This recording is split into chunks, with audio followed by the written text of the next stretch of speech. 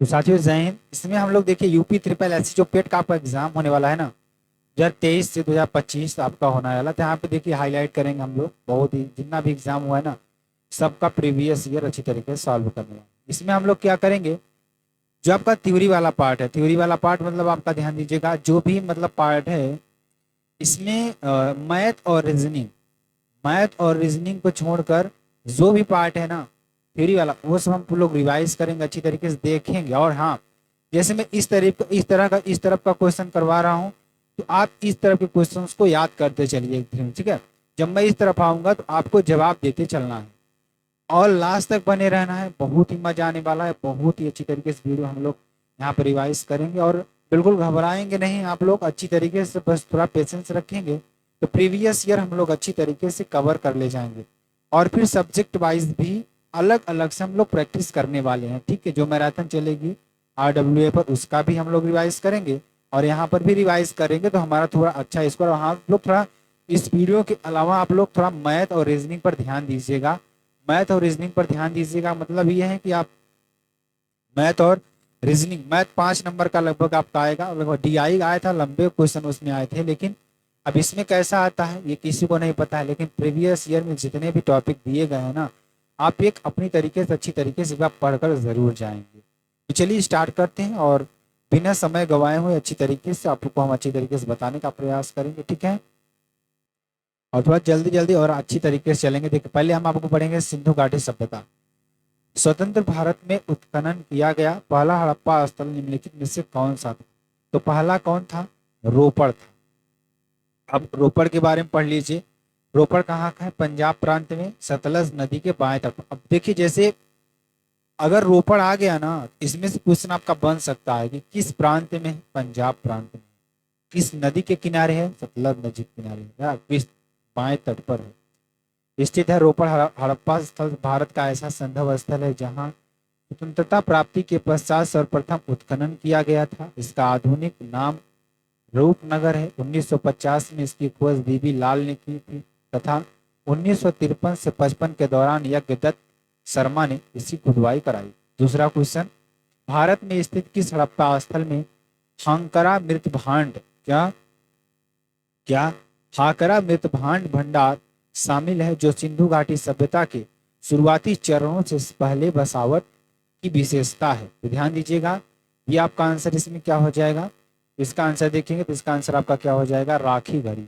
राखी गढ़ी के बारे में थोड़ा समझ लेते हैं। तो भारत में स्थित राखी गढ़ी हड़प्पा स्थल में हाकरा मृत भांड के भंडार शामिल है। तो राखी गढ़ी में क्या शामिल है? हड़प्पा स्थल में हाकरा मृत भांड के भंडार शामिल है जो सिंधु घाटी सभ्यता के शुरुआती चरणों से पहले की बसावट की विशेषता है। हरियाणा की स्थित राखीगढ़ी भारतीय उपमहाद्वीप का सबसे बड़ा हड़प्पा स्थल है, ठीक है ना। क्या है? सबसे बड़ा हड़प्पा स्थल है, ठीक है, ये आप कर दीजिएगा। और प्रोफेसर सिंधे ने राखी गढ़ी से शोध की अहम भूमिका निभाई। अब देखिए अगर आप सोचेंगे सिंधु घाटी सभ्यता हम बहुत ज्यादा पढ़ लें तो मतलब कुछ नहीं है, आप बहुत सारी चीजों को पढ़ेंगे लेकिन अब जो आपका पढ़ने का मतलब ये है कि प्रीवियस ईयर, सबसे पहले प्रीवियस ईयर को देखिए। और समय तो हालांकि नहीं कम बचा है लेकिन एक बार अच्छी तरीके से प्रीवियस ईयर को देख लेंगे और इसमें व्याख्या भी है, ऐसी बात नहीं है। एक क्वेश्चन में लगभग 5-6 क्वेश्चन आपके तैयार होंगे तो लगभग यही से क्वेश्चन आपके मिल जाएंगे, थोड़ा अच्छी तरीके से पढ़ना होगा बस, ठीक है। वैदिक संस्कृत देखिए ऋषि मनु के अनुसार पुरानी पवित्र नदियां सरस्वती और दृष्टवती के बीच का भूभाग ब्रह्मवर्त ब्रह्मवर्त के नाम से जाना जाता है। किसके नाम से? ब्रह्मवर्त के नाम से जाना जाता है। देखिए ऋषि मनु के अनुसार ब्रह्मवर्त सरस्वती एवं दृष्टवती नदियों के संगम पर स्थित था। ब्रह्मवर्त प्रदेश में ऋषियों ने वेदों एवं अन्य बौद्धिक ग्रंथों की रचना की थी। चलिए अगला क्वेश्चन, किस पुराण में महर्षि व्यास व्यास ने गढ़वाल के 4 धामों का सविस्तार वर्णन किया? तो किसमें किया था? ध्यान दीजिएगा, तो वामन पुराण में किया था। किसमें? वामन पुराण में किया था। तो थोड़ा अब इधर का आप लोग क्वेश्चन पढ़े होंगे थोड़ा बहुत। तो स्कंद पुराण में महर्षि वेद व्यास ने गढ़वाल के 4 धामों का सविस्तार किया। अब स्कंद पुराण में क्या हुआ? महर्षि वेद व्यास ने किसका? गढ़वाल के 4 धामों का क्या किया? सविस्तार वर्णन किया। अब देखिए और क्या होता है, ध्यान दीजिएगा, बहुत इंपॉर्टेंट इसमें क्या है, कि उत्तराखंड के गढ़वाल क्षेत्र में स्थित 4 धाम निम्नलिखित हैं: बद्रीनाथ, केदारनाथ, गंगोत्री, यमुनोत्री। ठीक। स्कंद पुराण में यह सबसे बड़ा पुराण है। इसमें 81,000 श्लोक हैं। इसे 7 खंडों यानी महेश्वर खंड, वैष्णव खंड, याद कर लीजिएगा कि स्कंद पुराण को कितने खंडों में बांटा गया है, तो 7 खंड में बांटा गया। पूछा जा सकता है कि इसमें कितने श्लोक हैं, तो 81,000 श्लोक हैं। ठीक, स्कंद पुराण में। और काशी खंड, अवंती खंड, नागर खंड, प्रभास खंड में विभाजित किया गया। अब देखिए, ऋग्वेद में विश्वामित्र नामक एक ऋषि और किन 2 नदियों के बीच संवाद है, तो ध्यान दीजिएगा। ऋग्वेद में, ऋग्वेद क्या है आपका, एक वेद है, ग्रंथ है। ऋग्वेद में विश्वामित्र नामक एक ऋषि ने किन 2 नदियों के बीच संवाद की बात की है, तो व्यास और सतलुज नदियों की बात की है। इसमें देखिए, ऋग्वेद के 3रे मंडल में विश्वामित्र नदी कथा नामक कथोपकथन में ऋषि विश्वामित्र एवं शतुद्री और विपाशा नामक नदियों के मध्य संवाद का वर्णन है। इन दोनों नदियों का वर्तमान नाम व्यास एवं सतलुज। वेद के अंतिम भाग को निम्नलिखित में से किस नाम से जाना जाता है, तो उपनिषद के नाम से जाना जाता है। किस नाम से, उपनिषद के नाम से जाना जाता है। उपनिषद वैदिक ग्रंथ है। वेद 4 हैं, यथा जैसे ऋग्वेद, यजुर्वेद, सामवेद, अथर्ववेद। याद कर लीजिएगा। संहिता में ध्यान दीजिएगा, ब्राह्मण, आर्यणक एवं उपनिषद वेदों के 4 घटक हैं। इनमें से उपनिषद वेदों के अंतिम भाग हैं। इस कारण इन्हें वेदांत भी कहा जाता है। उपनिषदों की संख्या 108 है। इसमें 13 प्रसिद्ध। ठीक है। बौद्ध धर्म की बात करेंगे, इसमें बहुत ज्यादा क्वेश्चन इसमें भी आपका आएगा। तो सारनाथ में धम्मेक स्तूप के बारे में निम्नलिखित में से कौन सा कथन गलत है, आपको ये बताना है। देखिए, स्तूप का आधार व्यास 28 मीटर और ऊंचाई 43.6 मीटर है। बिल्कुल सही बात है। निचले हिस्से के सामने वाले पत्थर पर मौर्य मूल की फूलों की नक्काशी है, ये नहीं होगा। इसे 249 ईसा पूर्व में मौर्य साम्राज्य राजा अशोक द्वारा बनाई गई पुरानी संरचना को प्रतिस्थापित करने के लिए 500 ईस्वी में बनाया गया। बिल्कुल सही बात है। स्तूप हिरण पार्क में स्थित है, जहां बुद्ध ने ज्ञान प्राप्त करने के बाद अपना पहला उपदेश दिया था। यहाँ पे आपका बी नंबर हो जाएगा। ठीक है ना। चलिए, और सारनाथ ने धम्मेक स्तूप में आधार पर व्यास 28 मीटर, ऊंचाई 43.6 मीटर है। इसे 249 ईसा पूर्व, कब, ध्यान दीजिएगा, 249 ईसा पूर्व में मौर्य राजा अशोक द्वारा बनाई गई पुरानी संरचना को प्रतिस्थापित करने के लिए 500 ईस्वी में बनाया गया था। स्तूप में ध्यान दीजिएगा हिरण पार्क में यानी ऋषि पतन में स्थित है, जहां बुद्ध ने ज्ञान प्राप्ति करने के बाद अपना पहला उपदेश दिया था। ठीक है ना। ये आपका हो जाएगा। 8वां नंबर क्वेश्चन की ओर बढ़ेंगे। तो प्राचीन कोसल साम्राज्य की राजधानी बौद्धों के लिए पवित्र है, क्योंकि यहाँ पर बुद्ध ने अपने सबसे महान चमत्कार किए थे, जिसमें उनकी कई छवियों का निर्माण भी शामिल था। तो कहाँ पर, श्रावस्ती में किए। कहाँ पर, श्रावस्ती। तो प्राचीन भारत का शहर श्रावस्ती कोसल प्रदेश की राजधानी थी, जो कि ताप्ती नदी के पास स्थित है। यह एक समृद्ध व्यापारिक केंद्र है, अपने धार्मिक संघों के लिए महत्वपूर्ण थी।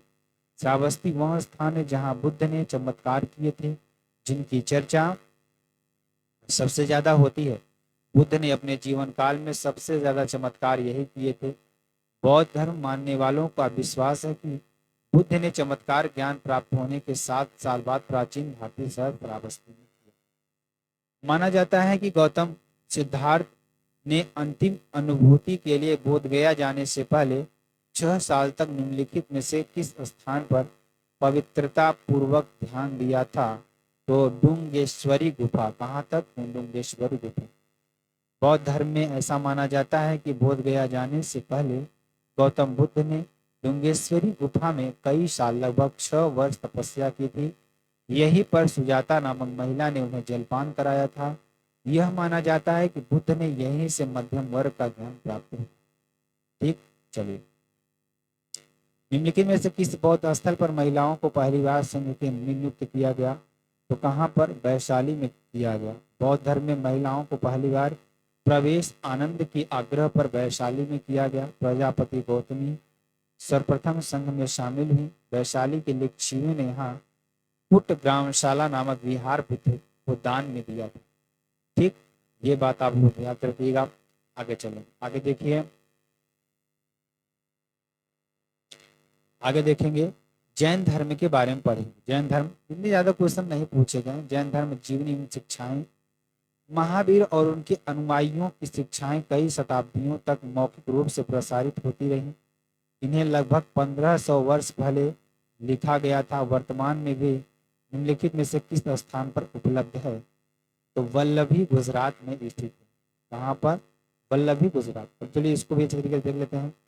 महावीर स्वामी और उनकी अनुयायियों की शिक्षाओं का संकलन द्वितीय जैन संगति 512 ईस्वी के समय वल्लभी गुजरात में किया गया।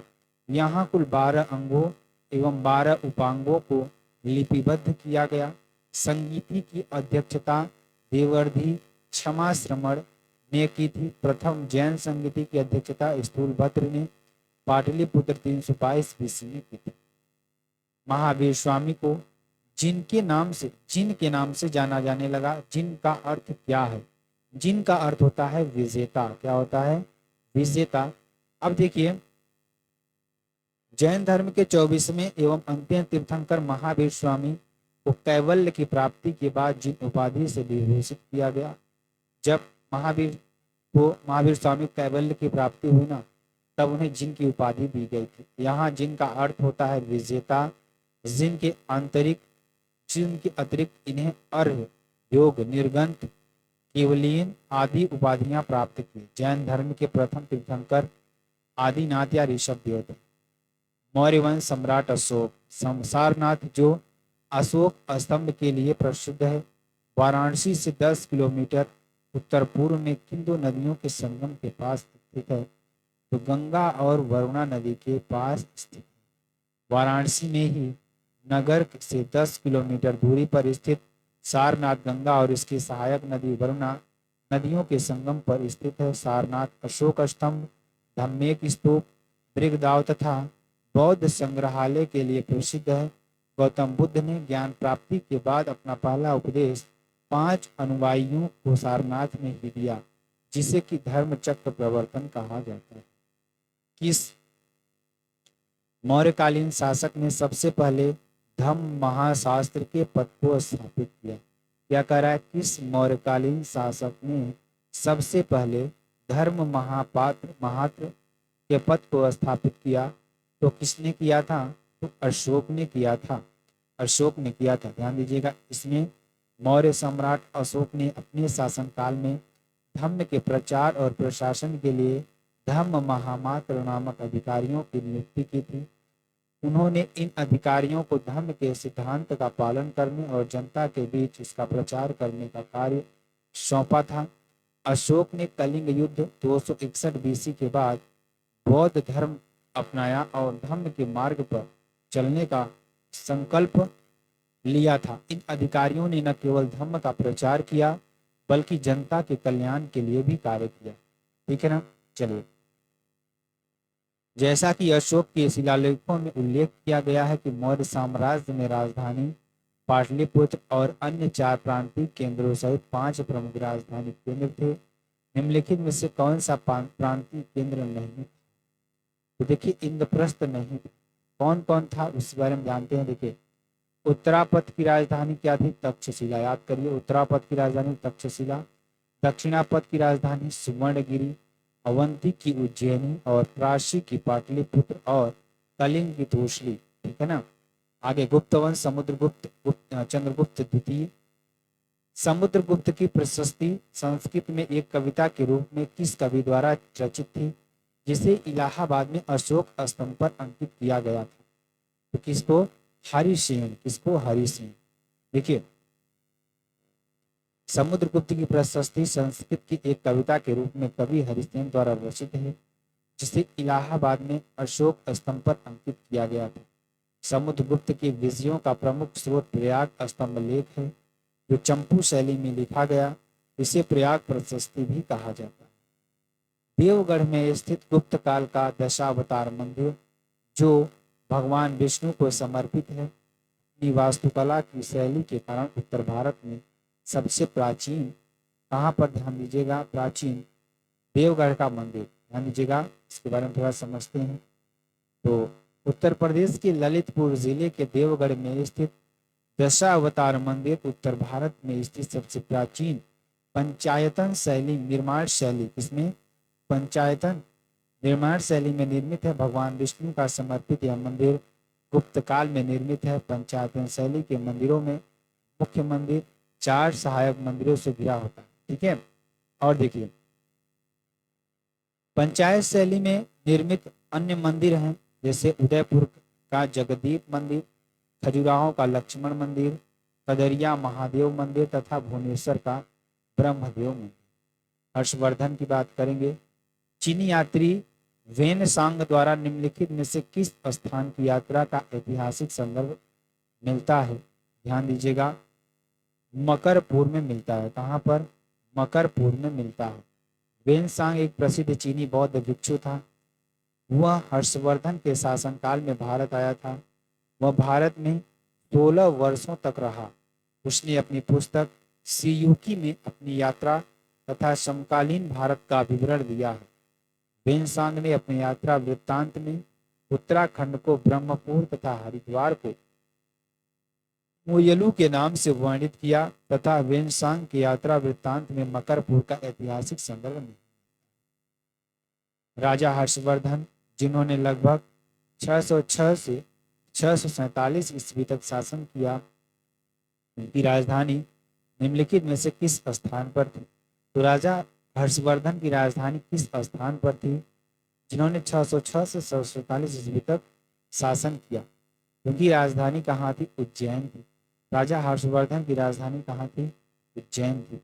और राजा हर्षवर्धन, जिन्होंने लगभग 606 से 647 ईस्वी तक शासन किया, उनकी राजधानी कान्यकुब्ज कन्नौज स्थान पर थी। हर्षवर्धन के पूर्व वर्धन वंश की राजधानी थानेश्वर थी। हर्ष का साम्राज्य उत्तर की कश्मीर को छोड़कर शेष प्रांतों में। निम्नलिखित में से कौन सी हर्षवर्धन की पहली राजधानी थी? तो हर्षवर्धन की पहली राजधानी थानेसर थी। कौन थी? थानेसर थी।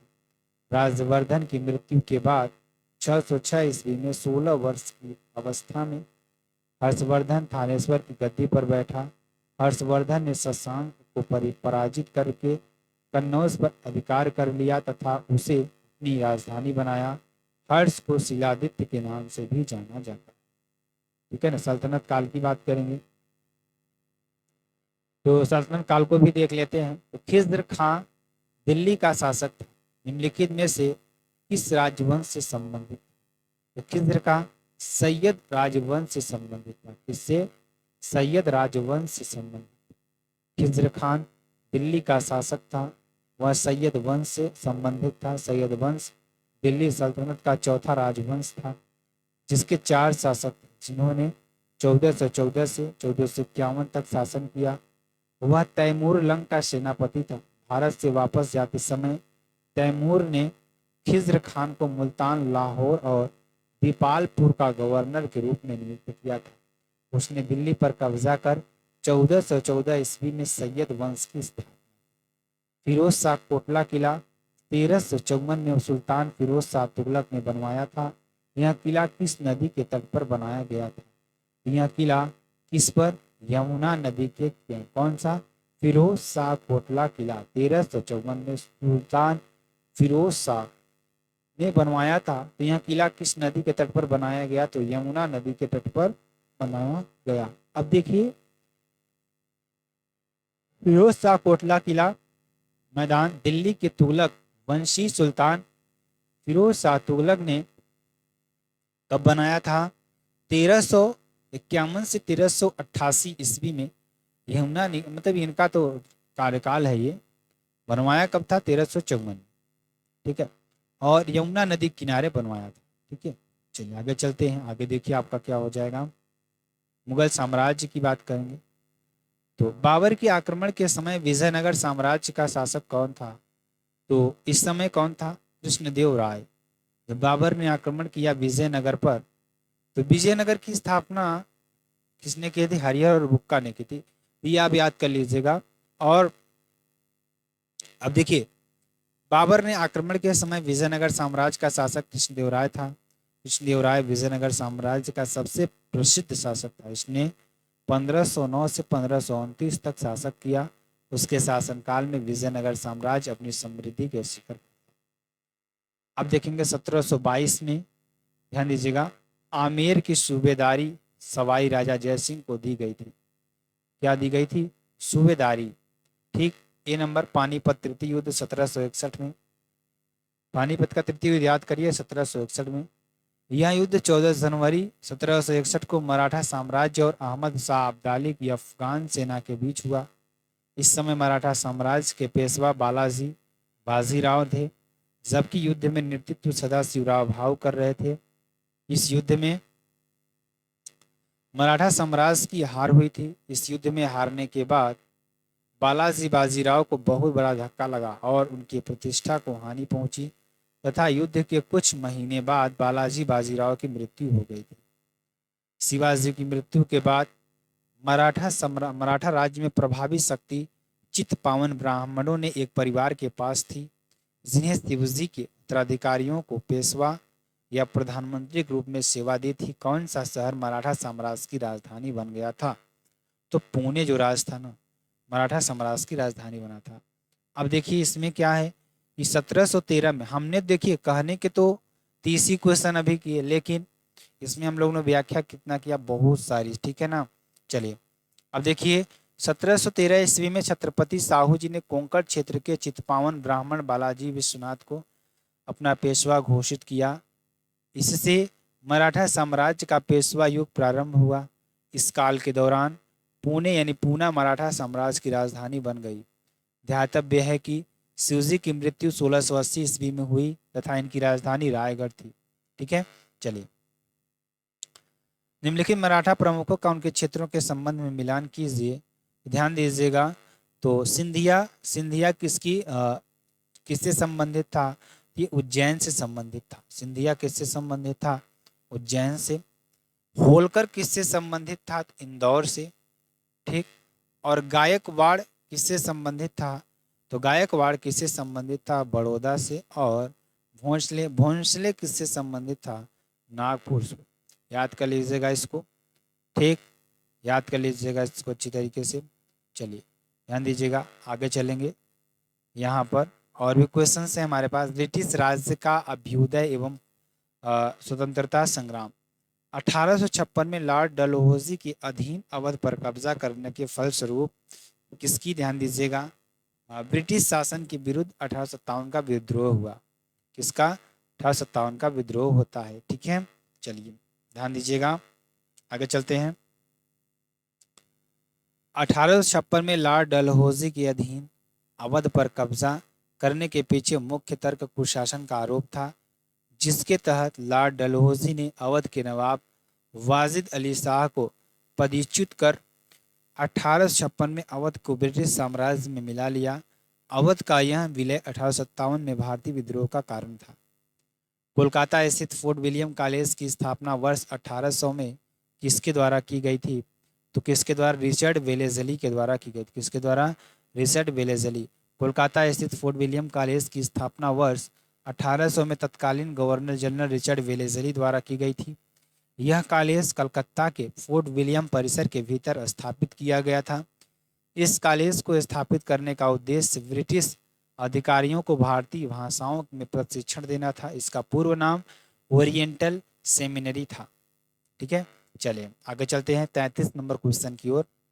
तो 1851 में गवर्नर जनरल लॉर्ड डलहौजी ने निम्नलिखित में से किस राज्य का वर्णन एक चेरी जो एक दिन हमारे मुंह में गिरेगी के रूप में किया? तो अवध में। ठीक है ना।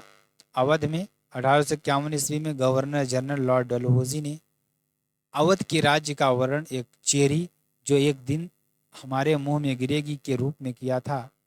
अंततः 7 फरवरी 1856 को लॉर्ड डलहौजी के कथित आंतरिक कुशासन के आधार पर वाजिद अली शाह को पदच्युत करने का आदेश दिया। यह डलहौजी के व्युत्पत्ति सिद्धांत के रूप में था, जिसके अनुसार कुशासन की स्थिति में अंग्रेजों को राज्य का कब्जा करने की अनुमति दी थी। फरवरी 1856 में अवध साम्राज्य पर अंग्रेजों द्वारा औपचारिक रूप से कब्जा कर लिया गया। ठीक, अब देखिए, तो आई होप आपको बहुत अच्छी तरीके से समझ में आ रहा होगा, चीज़ों को अच्छी तरीके से आपको समझ में आ रही होंगी। ठीक है ना, थोड़ा छोटा दिख रहा होगा, आप लोग अपना फ़ोन पोर्ट्रेट मोड में करके अच्छी तरीके से देखिएगा तो आपको समझ में आएगा। ठीक है, चलिए आगे चलेंगे। भारतीय राष्ट्रीय आंदोलन, देखिए इससे बहुत ज़्यादा क्वेश्चन पूछे गए थे ऊपर 8088 पेट में, तो चलिए इसमें भी क्वेश्चन हम लोग देखते हैं अच्छी तरीके से। तो चलिए आगे देखते हैं, आगे देखिए, भारतीय राष्ट्रीय आंदोलन की बात करेंगे। स्वाधीनता आंदोलन के प्रारंभिक वर्ष। भारतीय राष्ट्रीय आंदोलन के दौरान कांग्रेस मंत्रालयों ने इस्तीफा दिया। देखिए कब दिया इस्तीफा? 1939 में।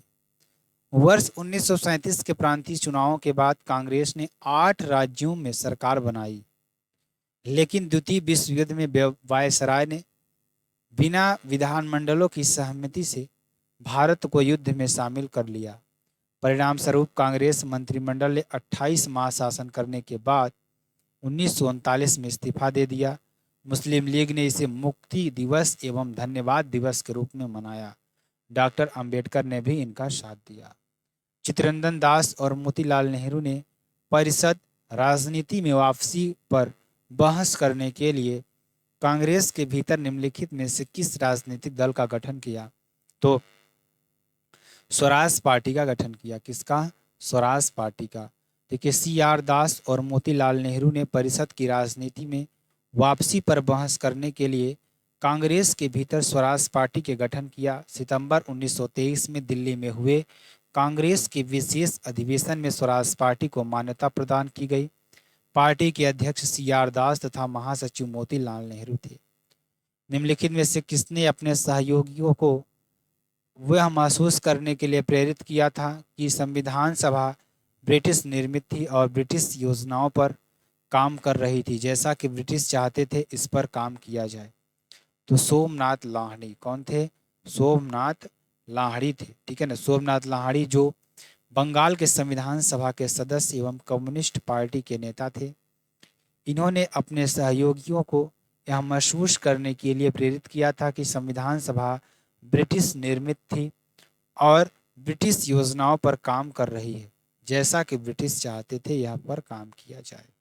ठीक, चलिए, स्वदेशी तथा सविनय अवज्ञा आंदोलन, महात्मा गांधी तथा अन्य नेताओं की भूमिका। निम्नलिखित में से किसने 1928 में बारडोली सत्याग्रह का नेतृत्व किया? 1928 में बारडोली सत्याग्रह तो किसने किया था? सरदार वल्लभ भाई पटेल ने किया था। किसने किया था? सरदार वल्लभ भाई पटेल। बारडोली सत्याग्रह 1928 में गुजरात के बारडोली क्षेत्र में किसानों द्वारा किया गया एक महत्वपूर्ण आंदोलन था, जिसका नेतृत्व सरदार वल्लभ भाई पटेल ने किया था। इस आंदोलन का मुख्य कारण ब्रिटिश सरकार द्वारा किसानों पर भूमि राजस्व बढ़ाना था, जो किसानों के लिए अत्यधिक था। सरदार पटेल के नेतृत्व में किसानों ने सत्याग्रह किया और लगान का भुगतान करने से इनकार कर दिया। इस संघर्ष ने उन्हें सरदार की उपाधि दिलाई और भारतीय स्वतंत्रता संग्राम में एक महत्वपूर्ण मोड़ साबित हुआ। इस आंदोलन में ब्रिटिश सरकार को झुकना पड़ा और बढ़े हुए करों को वापस लेना पड़ा, जिससे किसानों को बड़ा राहत मिली। ठीक है, चलिए अब देखिए बारडोली किसान आंदोलन, ध्यान दीजिएगा कब होता है? 1928 में, अभी अभी हम लोगों ने पढ़ा। महात्मा गांधी ने नोआखली की यात्रा ध्यान दीजिए कब किया था? 1946 में। गांधी जी ने लंगोटी पहनना कब शुरू किया? तो यार ये क्वेश्चन थोड़ा अजीब है, लेकिन पूछा गया है तो 1921 ईस्वी में। अहमदाबाद में मिल मजदूरों की हड़ताल तो कब होती है? 1918 में होती है। कब होती है? 1918 में होती है। चलिए आगे देखते हैं, आगे देखिए आपका वर्ष 1922 में असहयोग आंदोलन को निलंबित करने के बाद गांधी जी को अहमदाबाद में गिरफ्तार कर लिया गया। कब? 1922 में जब असहयोग आंदोलन निलंबित हुआ तो उस समय अहमदाबाद में गांधी जी को गिरफ्तार कर लिया गया। और कितने वर्षों के साधारण कारावास की सजा सुनाई गई? तो 6 वर्ष की साधारण कारावास सुनाई गई। असहयोग आंदोलन के स्थगन के बाद गांधी जी को 10 मार्च 1922 को गिरफ्तार कर लिया गया। 18 मार्च 1922 को अहमदाबाद के सत्र न्यायाधीश ब्रूमफील्ड ने गांधी को 6 वर्ष की सजा सुनाई, लेकिन बाद में 5 फरवरी 1924 को बीमारी के कारण उन्हें समय से पूर्व ही रिहा कर दिया गया। निम्नलिखित में से किस घटना के बाद वल्लभ भाई पटेल को सरदार की उपाधि मिली? तो बारदोली सत्याग्रह कब होता है? या आप ऊपर ही पढ़े हैं 1928 में। कब? 1928 में। तो अब बारदोली सत्याग्रह में गुजरात वर्ष 1928 में घटित हुआ प्रमुख किसान आंदोलन था। प्रांतीय सरकार ने कृषकों के लगान में, मतलब जो प्रांतीय सरकार थी उसने 22% की वृद्धि कर दी थी। वल्लभ भाई पटेल ने लगान वृद्धि का विरोध किया तथा सत्याग्रह प्रारंभ किया। अंततः सरकार को विवश होकर लगान घटाकर 6.03% करना पड़ा। बारदोली सत्याग्रह के सफल होने पर वहां की महिलाओं की तरफ से महात्मा गांधी ने वल्लभ भाई पटेल को सरदार की उपाधि से संबोधित किया। अब चलिए कुछ कथन है जिनको आपको बताना है। देखिए, कथन एक, गांधी जी द्वारा जेम्स फोर्ड को दिए गए नोटिस की समाप्ति के बाद असहयोग आंदोलन औपचारिक रूप से शुरू किया गया था। दूसरा, असहयोग आंदोलन प्रारंभ करने के दिन ही लोकमान्य तिलक की मृत्यु हो गई। नीचे दिए गए कूट की सहायता से। अब देखिए इसमें कथन 1 और 2 दोनों सत्य है। अब इसको चलिए हम लोग देखते हैं अच्छी तरीके से। देखिए, असहयोग आंदोलन को शुरू करने से पहले गांधी जी ने वायसराय लॉर्ड चेम्सफोर्ड को एक पत्र लिखकर अपनी मांगें के बारे में सूचित किया था और चेतावनी दी कि यदि इसकी उनकी मांगों पर ध्यान नहीं दिया गया तो वह असहयोग आंदोलन शुरू कर देंगे। जब सरकार ने उनके पत्र पर कोई जवाब नहीं दिया तब उन्होंने 1 अगस्त 1920 को असहयोग आंदोलन शुरुआत की। अब और भी क्वेश्चन को देखते हैं इसमें। जैसे क्वेश्चन क्या है, ध्यान दीजिएगा। अब देखिए आगे, लोकमान्य तिलक राष्ट्रवादी नेता का निधन 1 अगस्त 1920 को हुआ था। तिलक की मृत्यु ने गांधी जी को और अधिक प्रेरित किया कि वह आंदोलन को पूरी शक्ति से आगे बढ़ाएं। कथन 1 और 2 दोनों सत्य है। देखिए, वर्ष 1928 में मोतीलाल नेहरू समिति द्वारा निम्नलिखित में से कौन सा अधिनियम विधेयक प्रस्तावित किया गया था? कब? 1928 में। किसके द्वारा? मोतीलाल नेहरू समिति के द्वारा। निम्नलिखित में से कौन सा अधिनियम विधेयक प्रस्तावित किया गया था? तो आपको ये बताना है। तो कौन सा हो जाएगा? अधिकारों का बिल। कौन सा? अधिकारों का बिल। ठीक है, चलिए आगे चलते हैं। वर्ष 1928 में मोतीलाल नेहरू समिति द्वारा अधिकारों का बिल विधेयक प्रस्तावित किया गया था। इस रिपोर्ट की अन्य सिफारिशें निम्न प्रकार थी। भारत को डोमिनियन राज्य का दर्जा मिले, ठीक, और भारत का एक संघ हो जिसके नियंत्रण में केंद्र के द्विसदनी विधानमंडल हो, गवर्नर जनरल की स्थिति संवैधानिक मुखिया पर भर की रहे। ठीक, चलिए, निम्नलिखित में से कौन खुदाई खितमगार का संस्थापक था और जिसे बादशाह खान के नाम से जाना जाता था? तो खान अब्दुल गफ्फार खान को किस नाम से? खुदाई खितमगार के नाम से जाना जाता था। अब देखिए डी नंबर में देखेंगे, इसमें उत्तर पश्चिम प्रांत में खान अब्दुल गफ्फार खान द्वारा गठित, ध्यान दीजिएगा, खुदाई खितमगार, क्या? खुदाई खितमगार पठान सत्याग्रहियों का दल था जिसके द्वारा सविनय अवज्ञा के दौरान पेशावर में आंदोलन का नेतृत्व किया गया। इसे लाल कुर्ती आंदोलन के नाम से भी जाना जाता है। गफ्फार खान को सीमांत गांधी भी कहा जाता है। 1942 में विंस्टन चर्चिल द्वारा गांधी जी और कांग्रेस के साथ समझौता करने के प्रयास करने के लिए किसे भारत भेजा गया था? तो सर स्टेफोर्ड क्रिप्स को भेजा गया था। ठीक है ना। द्वितीय विश्व युद्ध में ब्रिटिश युद्ध प्रयासों के लिए भारत का सहयोग प्राप्त करने के लिए मार्च 1942 में ब्रिटिश प्रधानमंत्री विंस्टन चर्चिल द्वारा सर स्टेफोर्ड क्रिप्स की अध्यक्षता में क्रिप्स मिशन को भारत भेजा गया। क्रिप्स मिशन का उद्देश्य गांधी जी और कांग्रेस से समझौता करना था। यह एक असफल प्रयास सिद्ध हुआ था। अब देखिए क्रांतिकारी आंदोलन की बात करें तो उग्र राष्ट्रवाद का उदय। अब देखिए बंगाल के विभाजन ने पूरे भारत में लोगों को क्रोधित कर दिया था और डेल्टा आंध्र प्रदेश यानी आंध्र प्रदेश के डेल्टा क्षेत्र में स्वदेशी आंदोलन हुआ था। इसे निम्नलिखित में से किस नाम से जाना जाता है? इसे वंदे मातरम आंदोलन से जाना जाता है। देखिए वंदे मातरम आंदोलन 1905 के बंगाल विभाजन की घोषणा के बाद 11 फरवरी 1907 को आंध्र प्रदेश में शुरू किया गया था। इस अवधि में कृष्णा जिले के लोगों में राष्ट्रीय जागृति की भावना देखी गई। इस आंदोलन के प्रमुख नेता हरि सर्वोत्थामा राव, पिंगली लक्ष्मी नारायण, कासिम धुनीवारी, मल्लैया वेदी नारायण राव एवं अन्य थे। अप्रैल 1907 में बिपिन चंद्र पाल ने विजयवाड़ा और मसूलीपट्टनम की यात्रा के साथ ही स्वदेशी और वंदे मातरम की उत्पत्ति तथा महत्व पर भाषण दिया। ठीक है, चलिए आगे चलेंगे। गदर पार्टी भारत की स्वतंत्रता के उद्देश्य से एक प्रारंभिक क्रांतिकारी आंदोलन था। इसका मुख्यालय कहाँ स्थित था? गदर पार्टी भारत की स्वतंत्रता के उद्देश्य से किसके? भारत की स्वतंत्रता के उद्देश्य से एक प्रारंभिक क्रांतिकारी आंदोलन था। इसका मुख्यालय कहाँ स्थित है? तो इसका मुख्यालय लंदन में स्थित है। कहाँ पर? लंदन में स्थित है। और गदर पार्टी का मुख्यालय सैन फ्रांसिस्को कैलिफोर्निया अमेरिका में युगांतर आश्रम में स्थित था। गदर पार्टी की स्थापना 15 जुलाई 1913 में हुई थी। इसके संस्थापक अध्यक्ष सरदार सोहन सिंह भाकना थे। इसके अन्य सदस्यों में भगवान सिंह ज्ञानी, करतार सिंह सराभा और लाला हरदयाल इत्यादि प्रमुख थे। इसका प्रमुख उद्देश्य भारत में ब्रिटिश औपनिवेशिक सत्ता का सशस्त्र तख्तापलट करना और स्वदेशी सरकार की स्थापना करना था।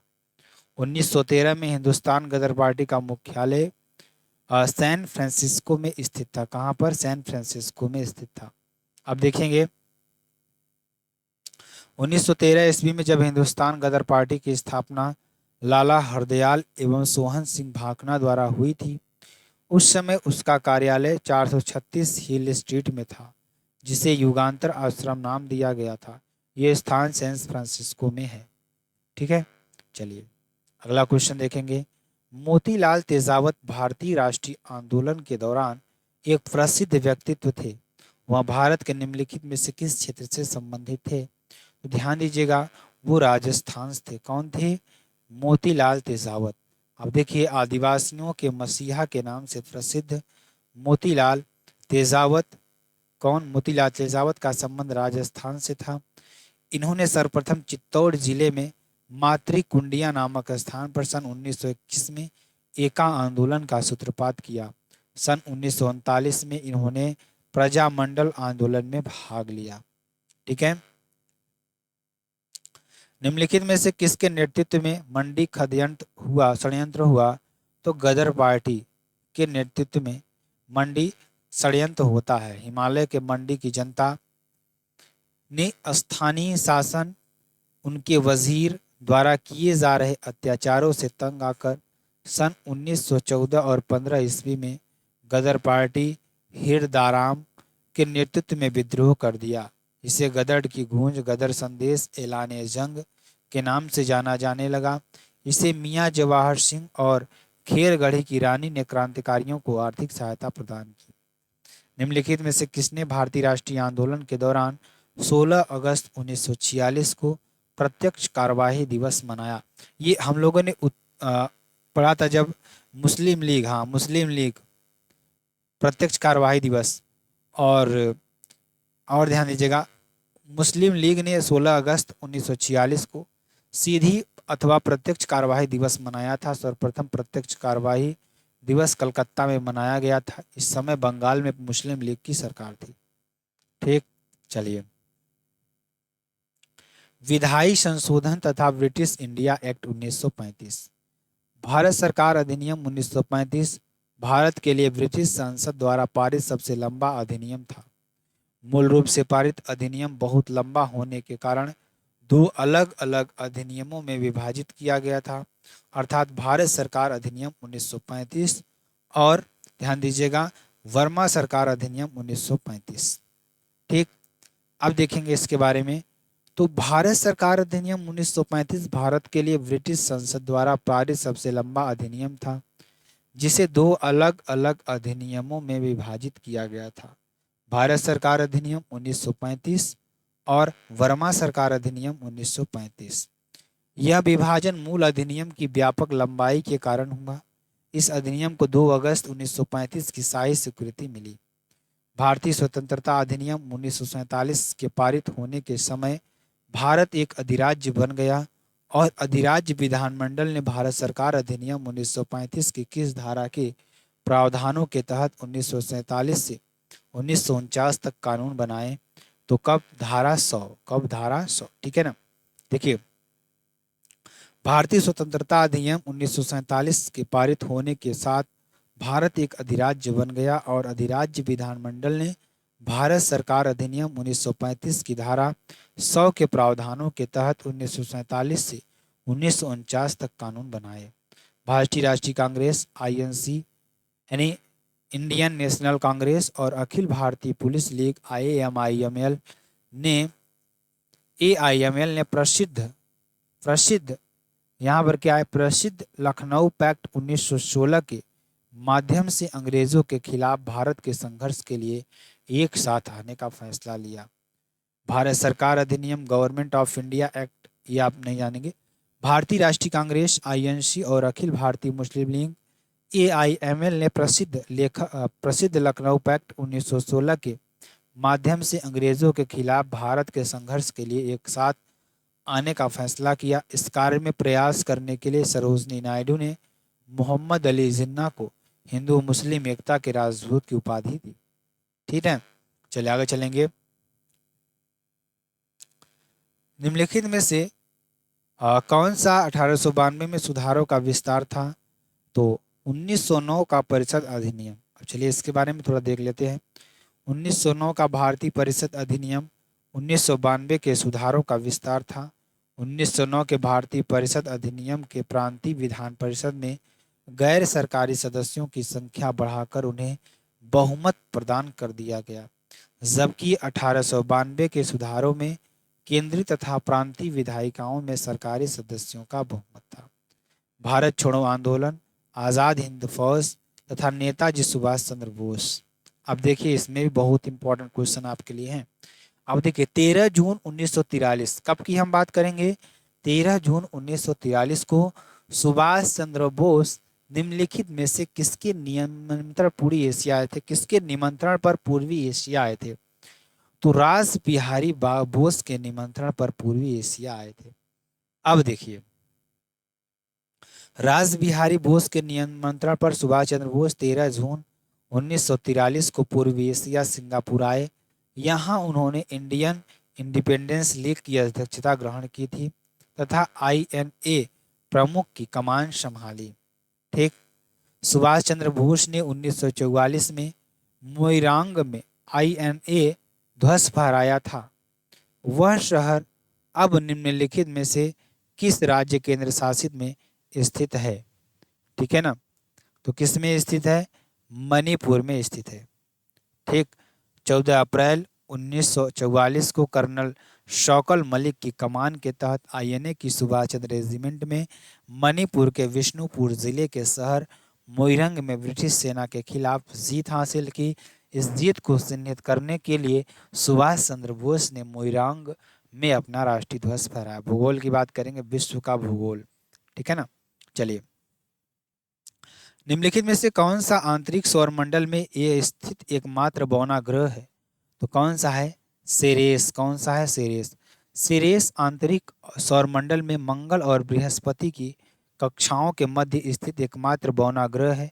यह क्षुद्र ग्रह का पहला सदस्य था जिसे 1801 में ग्यूसेप पियाजी द्वारा देखा गया था। इसके तहत बुध, शुक्र, पृथ्वी और मंगल ग्रह को शामिल किया जाता है। इसका व्यास लगभग 950 किलोमीटर है। ठीक, अब देखिए जो पृथ्वी के चंद्रमा के 1/4 से भी अधिक है। अगर पृथ्वी के चंद्रमा के 1/4 से भी अधिक है, मतलब वैज्ञानिकों ने 2006 में इसे बौने ग्रह के रूप में वर्गीकृत किया था। ठीक, चलिए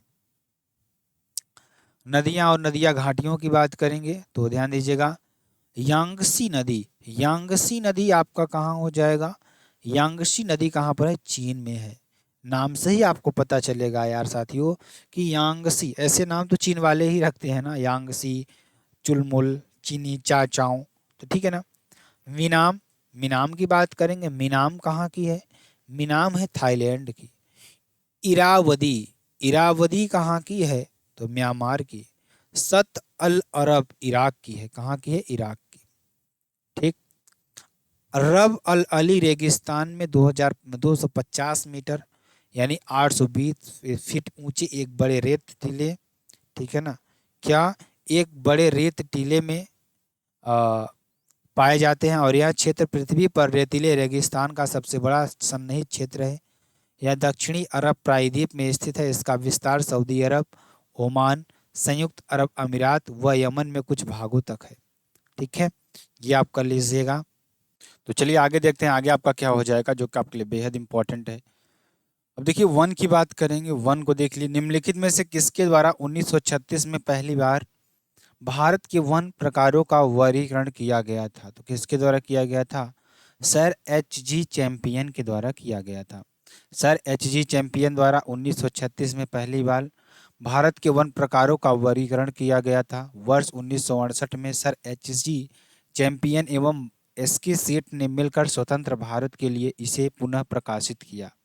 यह वर्गीकरण पौधों की संरचना, आकृति, विज्ञान और पादप स्वरूप पर आधारित है। इस वर्गीकरण में वनों को 16 मुख्य वर्गों में विभाजित कर उपवर्गों में बांटा गया है। ठीक है, चलिए पूरी दुनिया में सबसे तेजी से घटने वाला संसाधन निम्नलिखित में से कौन सा है, तो वन आपका हो जाएगा। तो पूरी दुनिया में सबसे तेजी से घटने वाला जो संसाधन है वन है। देखिए पानी, वायु और सूरज की रोशनी प्राकृतिक संसाधन है जो खत्म नहीं हो सकते, लेकिन इंसानों द्वारा अपने फायदे के लिए बड़ी मात्रा में वनों को काटा जा रहा है। वन पारिस्थितिक होने के साथ साथ सामाजिक आर्थिक संसाधन भी है। वन एक जटिल पारिस्थितिक तंत्र है जिसमें मुख्य रूप से वृक्ष होते हैं जो जीवन के असंख्य रूपों के आधार प्रदान करते हैं। इस प्रकार पूरी दुनिया में, ध्यान दीजिएगा, पूरी दुनिया में क्या है कि देख लीजिए यहाँ पर पूरी दुनिया में सबसे तेजी से घटने वाला संसाधन है। ठीक है ना, तो ये आपका हो जाएगा जो कि आपके लिए बेहद इंपॉर्टेंट है। विश्व का ध्यान दीजिएगा, यहाँ से देखिए, अब बात करेंगे हम यहाँ से भूजल और संसाधन की बात करेंगे। भूजल और संसाधन, मिट्टी के कणों और चट्टानों की दरारों के बीच सारा स्थान पानी से भरा है। इस परत की ऊपरी सीमा कहलाती है, क्या कहलाती है, जल तालिका या वाटर टेबल कहलाती है। क्या कहलाती है, वाटर टेबल कहलाती है। चलिए आगे चलते हैं, आगे आपका क्या हो जाएगा जो कि आपके लिए बेहद इंपॉर्टेंट है।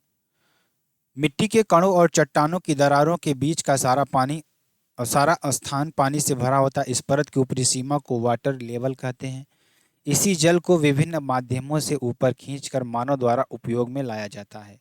निम्नलिखित में से किस देश में बाल्कस झील स्थित है, तो कहाँ पर हो जाएगा, कजाकिस्तान में हो जाएगा। कहाँ पर हो जाएगा, कजाकिस्तान में हो जाएगा। देखिए बाल्कस झील कजाकिस्तान में स्थित एक बड़ी झील है। यह दुनिया की सबसे बड़ी झीलों में से एक है और मध्य एशिया में स्थित है। इस झील का पश्चिमी भाग मीठे पानी वाला है जबकि पूर्वी भाग खारे पानी से भरा हुआ है। ठीक है ना। लेक तुर्काना दुनिया की सबसे बड़ी रेगिस्तानी झील है। यह दुनिया के निम्नलिखित में से किस देश में स्थित है, तो आपको ये बताना है। तो ये केन्या में स्थित है। कहाँ पर, केन्या में स्थित है। तो लेक तुर्काना दुनिया की सबसे बड़ी रेगिस्तानी झील है। इसका बेसिन इथोपिया, केन्या, दक्षिण सूडान और युगांडा में विस्तारित है। मरुस्थल और शुष्क क्षेत्र की बात करेंगे। निम्नलिखित में से किस रेगिस्तान में 250 मीटर या 820 फीट तक ऊंचे बड़े रेत के टीले हैं और पृथ्वी पर रेतीले रेगिस्तान का सबसे बड़ा सन्निहित क्षेत्र है, तो कहाँ पर है, ध्यान दीजिएगा। ये देखिए यहाँ पे, सॉरी यहाँ पे दो अलग हो गया था, यहाँ पे आप देख लीजिएगा थोड़ा इसको। रब अल खली रेगिस्तान में 250 मीटर यानी 820 फीट तक ऊंचे और रेगिस्तान के क्या हैं, टीले पाए जाते हैं। और यह क्षेत्र पृथ्वी पर रेतीले रेगिस्तान का सबसे बड़ा सन्निहित क्षेत्र है। यह दक्षिणी अरब और प्रायद्वीपीय में स्थित है। इसका विस्तार सऊदी अरब, ओमान, संयुक्त अरब अमीरात व यमन से कुछ भागों तक है। तो यहाँ तक मैंने आपको बता ही दिया था, ठीक है ना। चलिए आगे चलेंगे। यहाँ देखिए विश्व का राजनीतिक भूगोल की बात करेंगे। उस जल डमरू मध्य का नाम बताइए जो जावा सागर को हिंद महासागर से जोड़ता है। तो क्या हो जाएगा, सुंडा जल डमरू मध्य। क्या हो जाएगा, सुंडा जल डमरू मध्य। सुंडा जल डमरू मध्य जावा सागर को हिंद महासागर से जोड़ता है। यह इंडोनेशिया की सुमात्रा द्वीप में जावा द्वीप के बीच जल संधि है, ठीक है।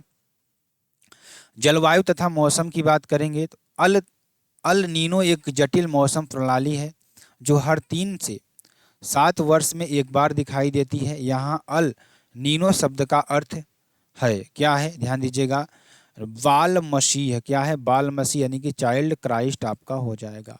अल नीनो एक जटिल मौसम प्रणाली है जो हर 3 से 7 वर्ष में एक बार दिखाई देती है।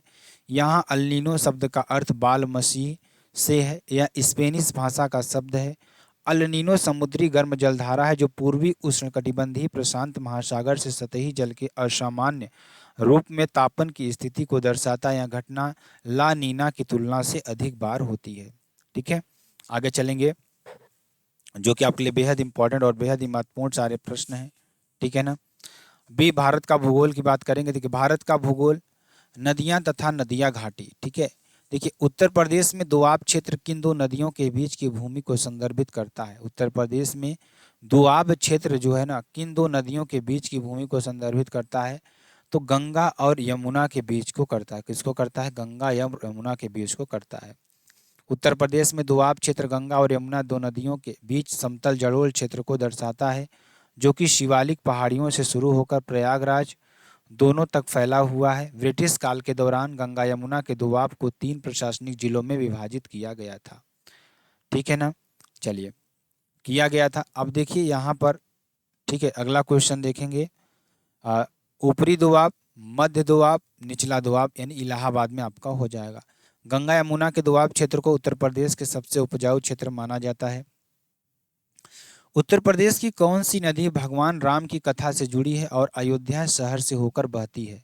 तो कौन सी नदी हो जाएगी, सरयू नदी आपका हो जाएगा। कौन सा नदी, सरयू नदी आपका हो जाएगा। उत्तर प्रदेश की सरयू नदी भगवान राम की कथा से जुड़ी है और रामायण के अनुसार सरयू नदी अयोध्या के पास से होकर गुजरती है, ठीक है।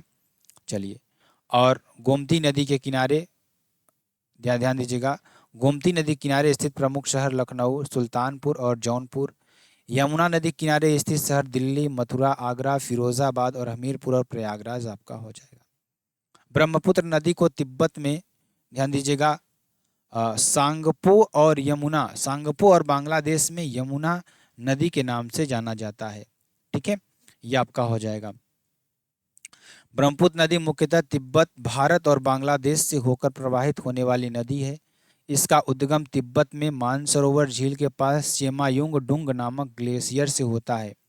इस नदी को तिब्बत में सांगपो, अरुणाचल प्रदेश में डिंग तथा असम में ब्रह्मपुत्र एवं बांग्लादेश में यमुना के नाम से जाना जाता है। निम्नलिखित में से किस नदी को विनाशक बाढ़ के कारण बिहार का शोक भी कहा जाता है।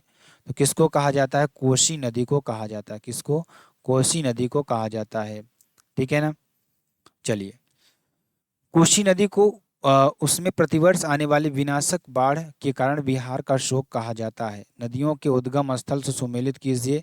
विलांगना, विलांगना कहाँ की है, ध्यान दीजिएगा, विलांगना आपकी कहाँ की है, सतोपत की है। कहाँ, नहीं सॉरी यहाँ पर नहीं है, कहाँ की है, खतलिंग की है। कहाँ की, खतलिंग की है, ठीक।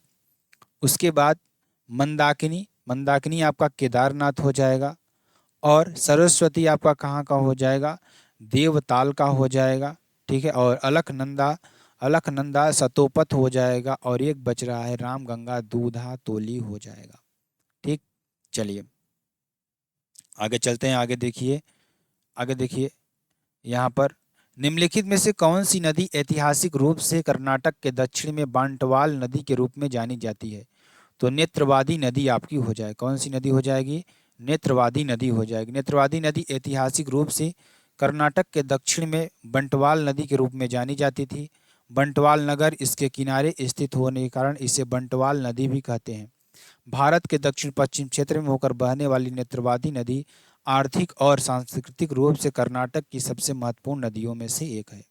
ठीक है, चलिए निम्नलिखित में प्रसिद्ध भारतीय जलप्रपातों और उनमें संबंधित राज्यों का मिलान करें। तो जलप्रपात क्या हो जाएगा? ध्यान दीजिएगा, ध्यान दीजिएगा। मैगोड, मैगोड कहाँ है? कर्नाटक का है। मैगोड कहाँ का? कर्नाटक का। नोह कलिकाई मेघालय, मीनमुट्टी केरल और थलैयार तमिलनाडु का हो जाएगा। ठीक है, निम्नलिखित नदियों को उन राज्यों के आधार पर सम्मिलित करें जिनमें वे बहती हैं। तो ध्यान दीजिएगा, यहाँ मिला लीजिए आप। कामेंग असम हो जाएगा, वैतरणी उड़ीसा हो जाएगा, गिरना महाराष्ट्र हो जाएगा और हंसदेव छत्तीसगढ़ हो जाएगा। ठीक है ना। भूजल संसाधन की बात करेंगे। उत्तर प्रदेश के ललितपुर जिले में स्थित माटा टीला बांध किस नदी पर बना है? तो किस नदी पर बना है? बेतवा नदी पर बना है। किस नदी पर बना है? बेतवा नदी पर बना है। माटा टीला बांध भारत के माटा टीला बांध भारत की एक प्रमुख नदी घाटी परियोजना है जिसे बालाघाट परियोजना भी कहा जाता है। ललितपुर जिले में बेतवा नदी पर बने माता टीला बांध का निर्माण 1958 में मध्य प्रदेश सरकार की सहायता से किया गया था। इस परियोजना में से झांसी, जालौन, हमीरपुर और ग्वालियर आदि जिले लाभान्वित होते हैं। ठीक है, चलिए पुष्कर झील अजमेर जिले में स्थित है। पुष्कर झील एक कृत्रिम झील है। तो यहाँ पर क्या हो जाएगा? 1 और 2 दोनों सही है। ठीक है ना। तो पुष्कर झील अजमेर जिले के पुष्कर कस्बे में स्थित है। यह हिंदुओं का एक पवित्र स्थल भी है और यहाँ ब्रह्मा जी का मंदिर भी है। पुष्कर झील का निर्माण लूनी नदी के मुख्य जल स्रोत मुख्य द्वार पर एक बंद बनाकर एक कृत्रिम झील के रूप में 12वीं शताब्दी में किया गया था। कथन 1 और 2 दोनों सही हैं। निम्नलिखित में से किसे तत्कालीन देहरादून में बीजापुर नहर के निर्माण का श्रेय दिया जाता है? किसे दिया जाता है? तो कैप्टन कोटले। किसको दिया जाता है? कैप्टन कोटले को दिया जाता है। देहरादून के बीजापुर नहर का निर्माण का श्रेय कैप्टन कोटले को दिया जाता है। इस नहर के लिए योजना का निर्माण और प्लान पर कोटले ने बनाया, लेकिन इस नहर का निर्माण कार्य कैप्टन किर्क के प्रबंधन में किया गया था। इस नहर को टोंस नदी से पानी मिलता है। यह नहर देहरादून क्षेत्र में जल संसाधन के विकास के लिए महत्वपूर्ण है। ठीक है, चलिए आगे चलते हैं। आगे देखिए, अब देखिए यहाँ पर आपका हो जाएगा कुछ स्थानों पर भूजल जल स्तर के नीचे कठोर चट्टानों की परतों के बीच जमा होता है। इसे किस नाम से जाना जाता है? तो किस नाम से? जलभृत के नाम से जाना जाता है। किस नाम से? जलभृत के नाम से जाना जाता है। कुछ स्थानों पर भूजल जल स्तर से नीचे कठोर चट्टानों की परतों के बीच जमा होता है। इसे जलभृत नाम से जाना जाता है। जलभृत तब बनते हैं जब वर्षा या बर्फ का जल जमीन में गिरता है और नीचे की ओर प्रवाहित होता है। यह जल चट्टान की परतों के छिद्रों और दरारों को भर देता है, जिससे उसमें यह जल इकट्ठा हो जाता है और एक जलभृत का निर्माण होता है। ठीक है, पर्वत और पहाड़ियां तथा हिमनद और दर्रे की बात करेंगे। कौन से भारतीय राज्य अपने प्राकृतिक वातावरण और मौसमी फूलों के लिए प्रसिद्ध दजक घाटी के लिए जाने जाते हैं? कौन से राज्य भारतीय अपने प्राकृतिक वातावरण और मौसमी फूलों के लिए प्रसिद्ध दजक घाटी के लिए जाने जाते हैं? तो नागालैंड और मणिपुर हो जाएगा। कौन सा? नागालैंड और मणिपुर। भारत में नागालैंड और मणिपुर राज्यों के सीमावर्ती क्षेत्रों में विस्तारित दजक घाटी अपने प्राकृतिक वातावरण और मौसमी फूलों के लिए प्रसिद्ध है। यहाँ पर उच्च कोटि की पर्यावरणीय जैव विविधता पाई जाती है। यहाँ जल समुद्र जल से 2452 मीटर की ऊंचाई पर स्थित और एक प्रमुख पर्यटन आकर्षण केंद्र है। ठीक, चलिए भारत में स्थित उस पर्वतीय चोटी का नाम बताएं जिसे महान बर्फ के 5 खजाने के रूप में जाना जाता है। 5 खजाने 5 भंडार सोना, चांदी, रत्न, अनाज और भगवान की पवित्र पुस्तकों का प्रतिनिधित्व करते हैं। तो क्या हो जाएगा? कंचनजंगा। भारत नेपाल सीमा पर कंचनजंगा पर्वत 8586 मीटर ऊंचा पर्वत है। यहाँ सोना, चांदी, मोती, अनाज और पवित्र पुस्तकों का भंडार है, जिसके कारण इसे बर्फ के 5 खजाने वाला पर्वत कहा जाता है। हिमालय में देखिए कहा जाता है, हिमालय का कौन सा भाग नदियों द्वारा लाई गई असंगठित तलछट से बना है? तो कौन सा भाग हो जाएगा? शिवालिक। शिवालिक श्रेणी रेंज आपका हो जाएगा जो कि असंगठित तलछट से बना है, ठीक है ना। हिमालय की शिवालिक श्रेणी नदियों द्वारा लाई गई असंगठित तलछट से बनी है। यह हिमालय की 3 श्रेणियों में सबसे दक्षिणी श्रेणी है। शिवालिक पर्वत श्रृंखला हिमालय की सबसे बाहरी और नवीनतम पर्वत श्रृंखला है। इसे बाह्य हिमालय के नाम से जाना जाता है। हिमालय में कौन सी पर्वत चोटी अंडमान और निकोबार द्वीप समूह से उत्तरी अंडमान क्षेत्र में स्थित है?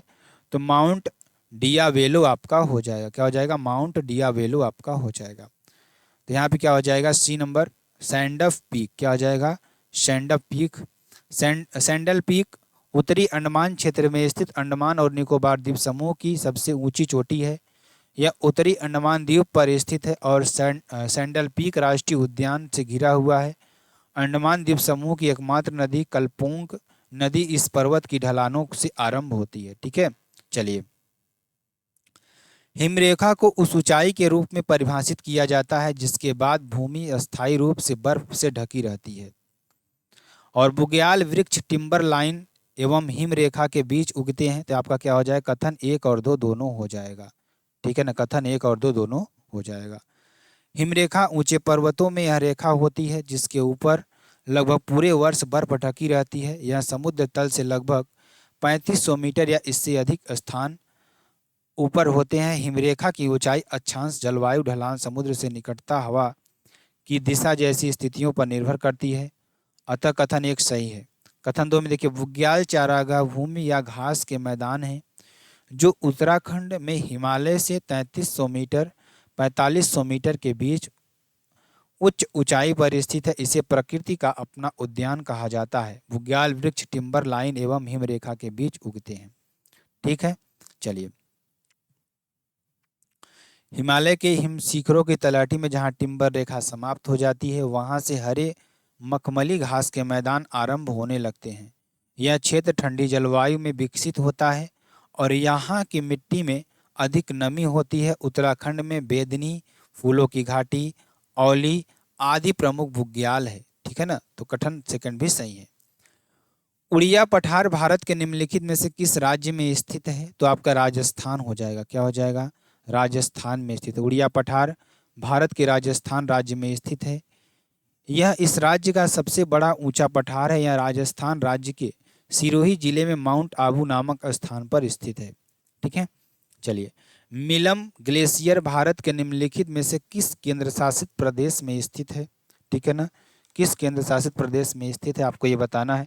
तो उत्तराखंड में आपका हो जाएगा। क्या हो जाएगा? उत्तराखंड में हो जाएगा, ठीक है। चलिए आगे चलेंगे।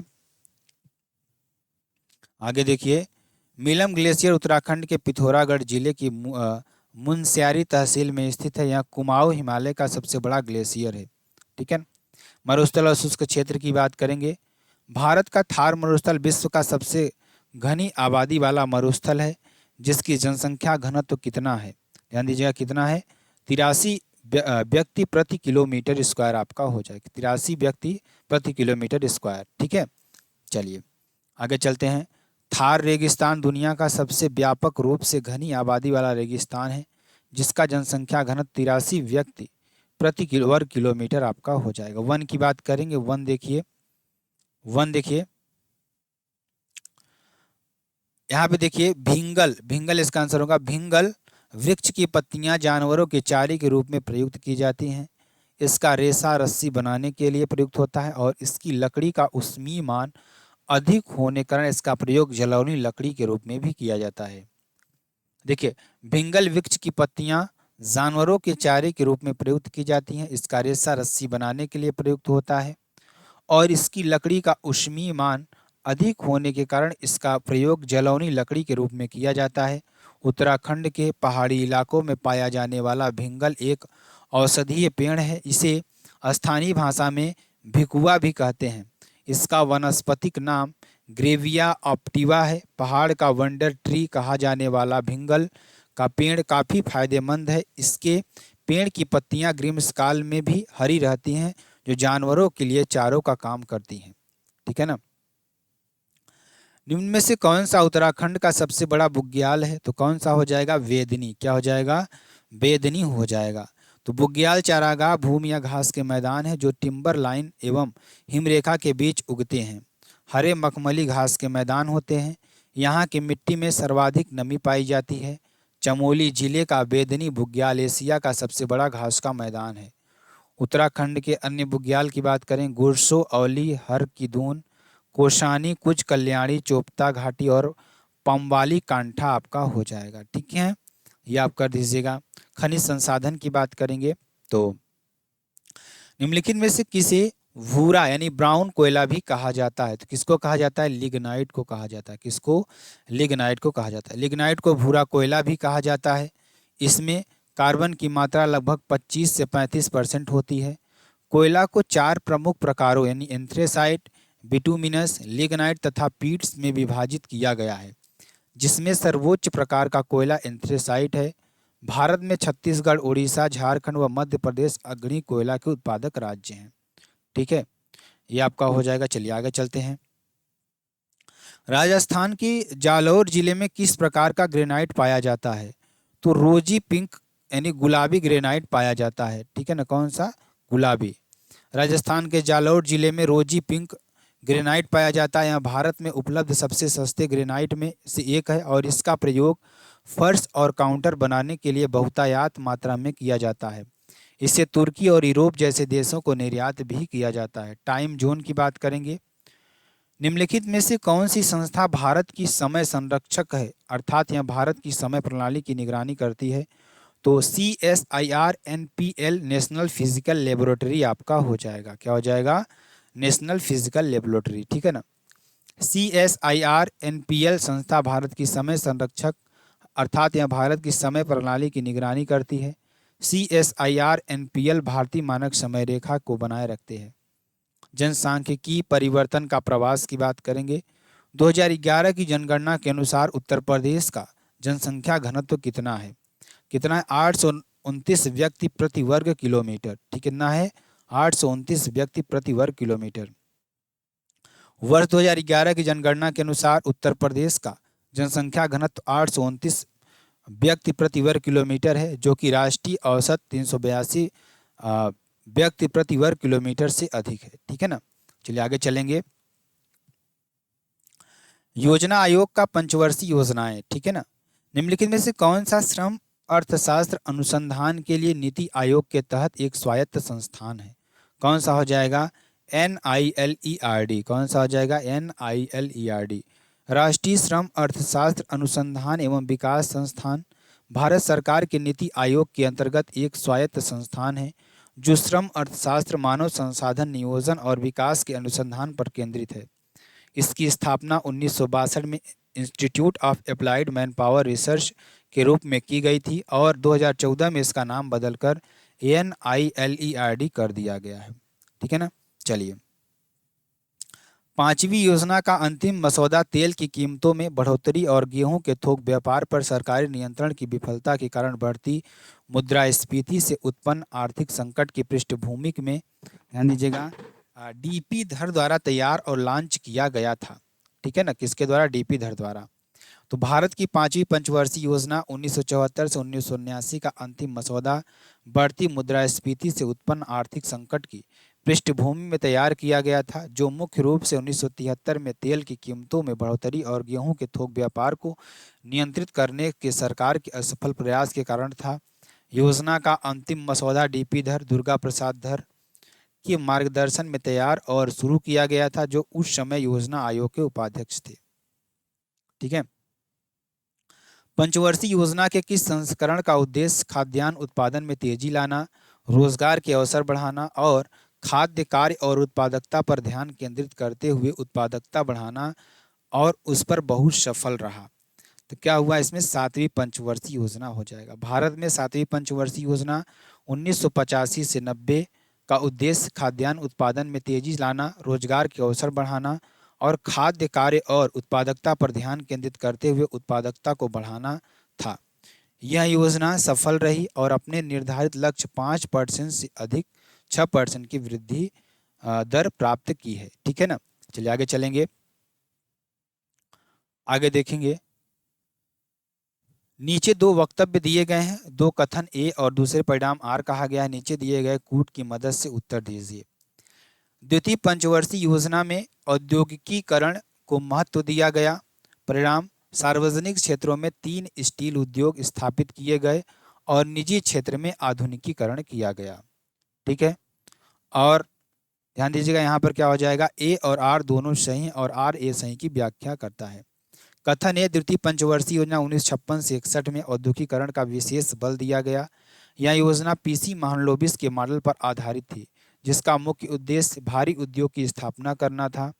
इस पंचवर्षीय योजना 1956 से 61 के दौरान सार्वजनिक क्षेत्र में 3 स्टील उद्योग भिलाई, राउरकेला और दुर्गापुर स्थापित किए गए थे। इसके साथ ही निजी क्षेत्र में भी आधुनिकीकरण को बढ़ावा दिया गया। ठीक है ना, तो ए और आर दोनों सही हैं और आर ए का सही स्पष्टीकरण है। ठीक है, आपका ये हो जाएगा। ठीक, चलिए आगे चलेंगे। आगे देखिए आपका क्या हो जाएगा, जो कि आपके लिए बेहद इंपॉर्टेंट और बेहद ही महत्वपूर्ण है। 11वीं पंचवर्षीय योजना की अवधि क्या थी? तो ध्यान दीजिए, 11वीं पंचवर्षीय योजना की अवधि वर्ष 2007 से 2012 तक थी। इस पंचवर्षीय योजना की थीम तीव्र और अधिक समावेशी विकास थी। भारत में योजना आयोग एक गैर संवैधानिक निकाय था, जो भारत में सामाजिक व आर्थिक विकास के लिए भारत की पंचवर्षीय योजनाओं को तैयार करने के लिए जिम्मेदार था। भारत में प्रधानमंत्री योजना आयोग के पदेन अध्यक्ष होते थे। इस स्थापना में 15 मार्च 1950 को हुई थी। नीति आयोग ने 1 जनवरी 2015 से भारत की योजना आयोग का स्थान लिया। ठीक, भारत की पंचवर्षीय योजना के किस संस्करण को गाडगिल योजना के नाम से भी जाना जाता था?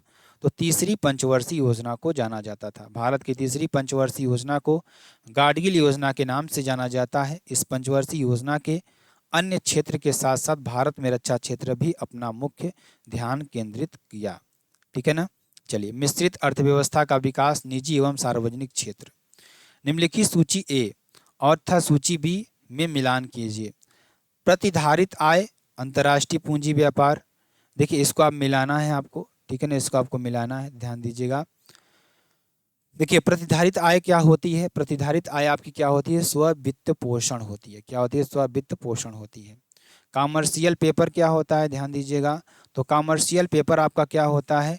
यह आपका मुद्रा बाजार होता है। क्या होता है? मुद्रा बाजार होता है। फैक्टरिंग क्या होती है? फैक्टरिंग के बारे में जानेंगे। फैक्टरिंग आपकी क्या होती है? परिसंपत्तियों पर कोई अधिकार नहीं।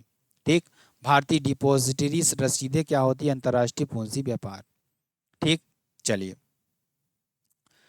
किस देश द्वारा अपने व्यापार संतुलन में घाटे की स्थिति में निम्नलिखित अवश्य होना चाहिए? तो ध्यान दीजिएगा, निर्यात की तुलना में वस्तुओं और सेवाओं का अधिक आयात हो। ठीक है ना, व्यापार संतुलन में घाटे का मतलब है कि वस्तुओं और सेवाओं के आयात का मूल्य निर्यात के मूल्य से अधिक है, जिसके परिणाम स्वरूप नकारात्मक व्यापार संतुलन होता है। यह चालू खाते का एक घटक है, जो देश के वस्तुओं और सेवाओं के व्यापार, आय और चालू हस्तांतरण को रिकॉर्ड करता है। ठीक है, चलिए। निम्नलिखित में से कौन सा बाजार मूल्य पर शुद्ध राष्ट्रीय उत्पाद का सबसे अच्छा वर्णन करता है? तो कौन सा करता है? ध्यान दीजिएगा, बाजार मूल्य पर कौन करता है? बाजार मूल्य पर सकल राष्ट्रीय उत्पाद में मूल्य ह्रास को घटाकर। तो शुद्ध राष्ट्रीय उत्पाद एनएनपी की गणना सकल राष्ट्रीय उत्पाद जीएनपी के मूल्य ह्रास घटाकर की जाती है। बाजार मूल्य पर शुद्ध राष्ट्रीय उत्पाद एनएनपी, बाजार मूल्य पर सकल राष्ट्रीय उत्पाद जीएनपी मूल्य ह्रास। ठीक है ना, यह देश के निवासियों द्वारा एक निश्चित अवधि में उत्पादित वस्तुओं और सेवाओं के बाजार मूल्य को दर्शाता है, जिसमें से मूल्य ह्रास पूंजीगत वस्तुओं का क्षय घटा दिया जाता है। हरित क्रांति, दुग्ध विकास एवं ऑपरेशन फ्लड। सुगंध एवं स्वाद विकास केंद्र एफएफडीसी की स्थापना और उत्तर प्रदेश सरकार की सहायता किस वर्ष की गई थी? तो किसमें की गई थी? उपयुक्त में से कोई नहीं आपका हो जाएगा। ठीक है, कब है?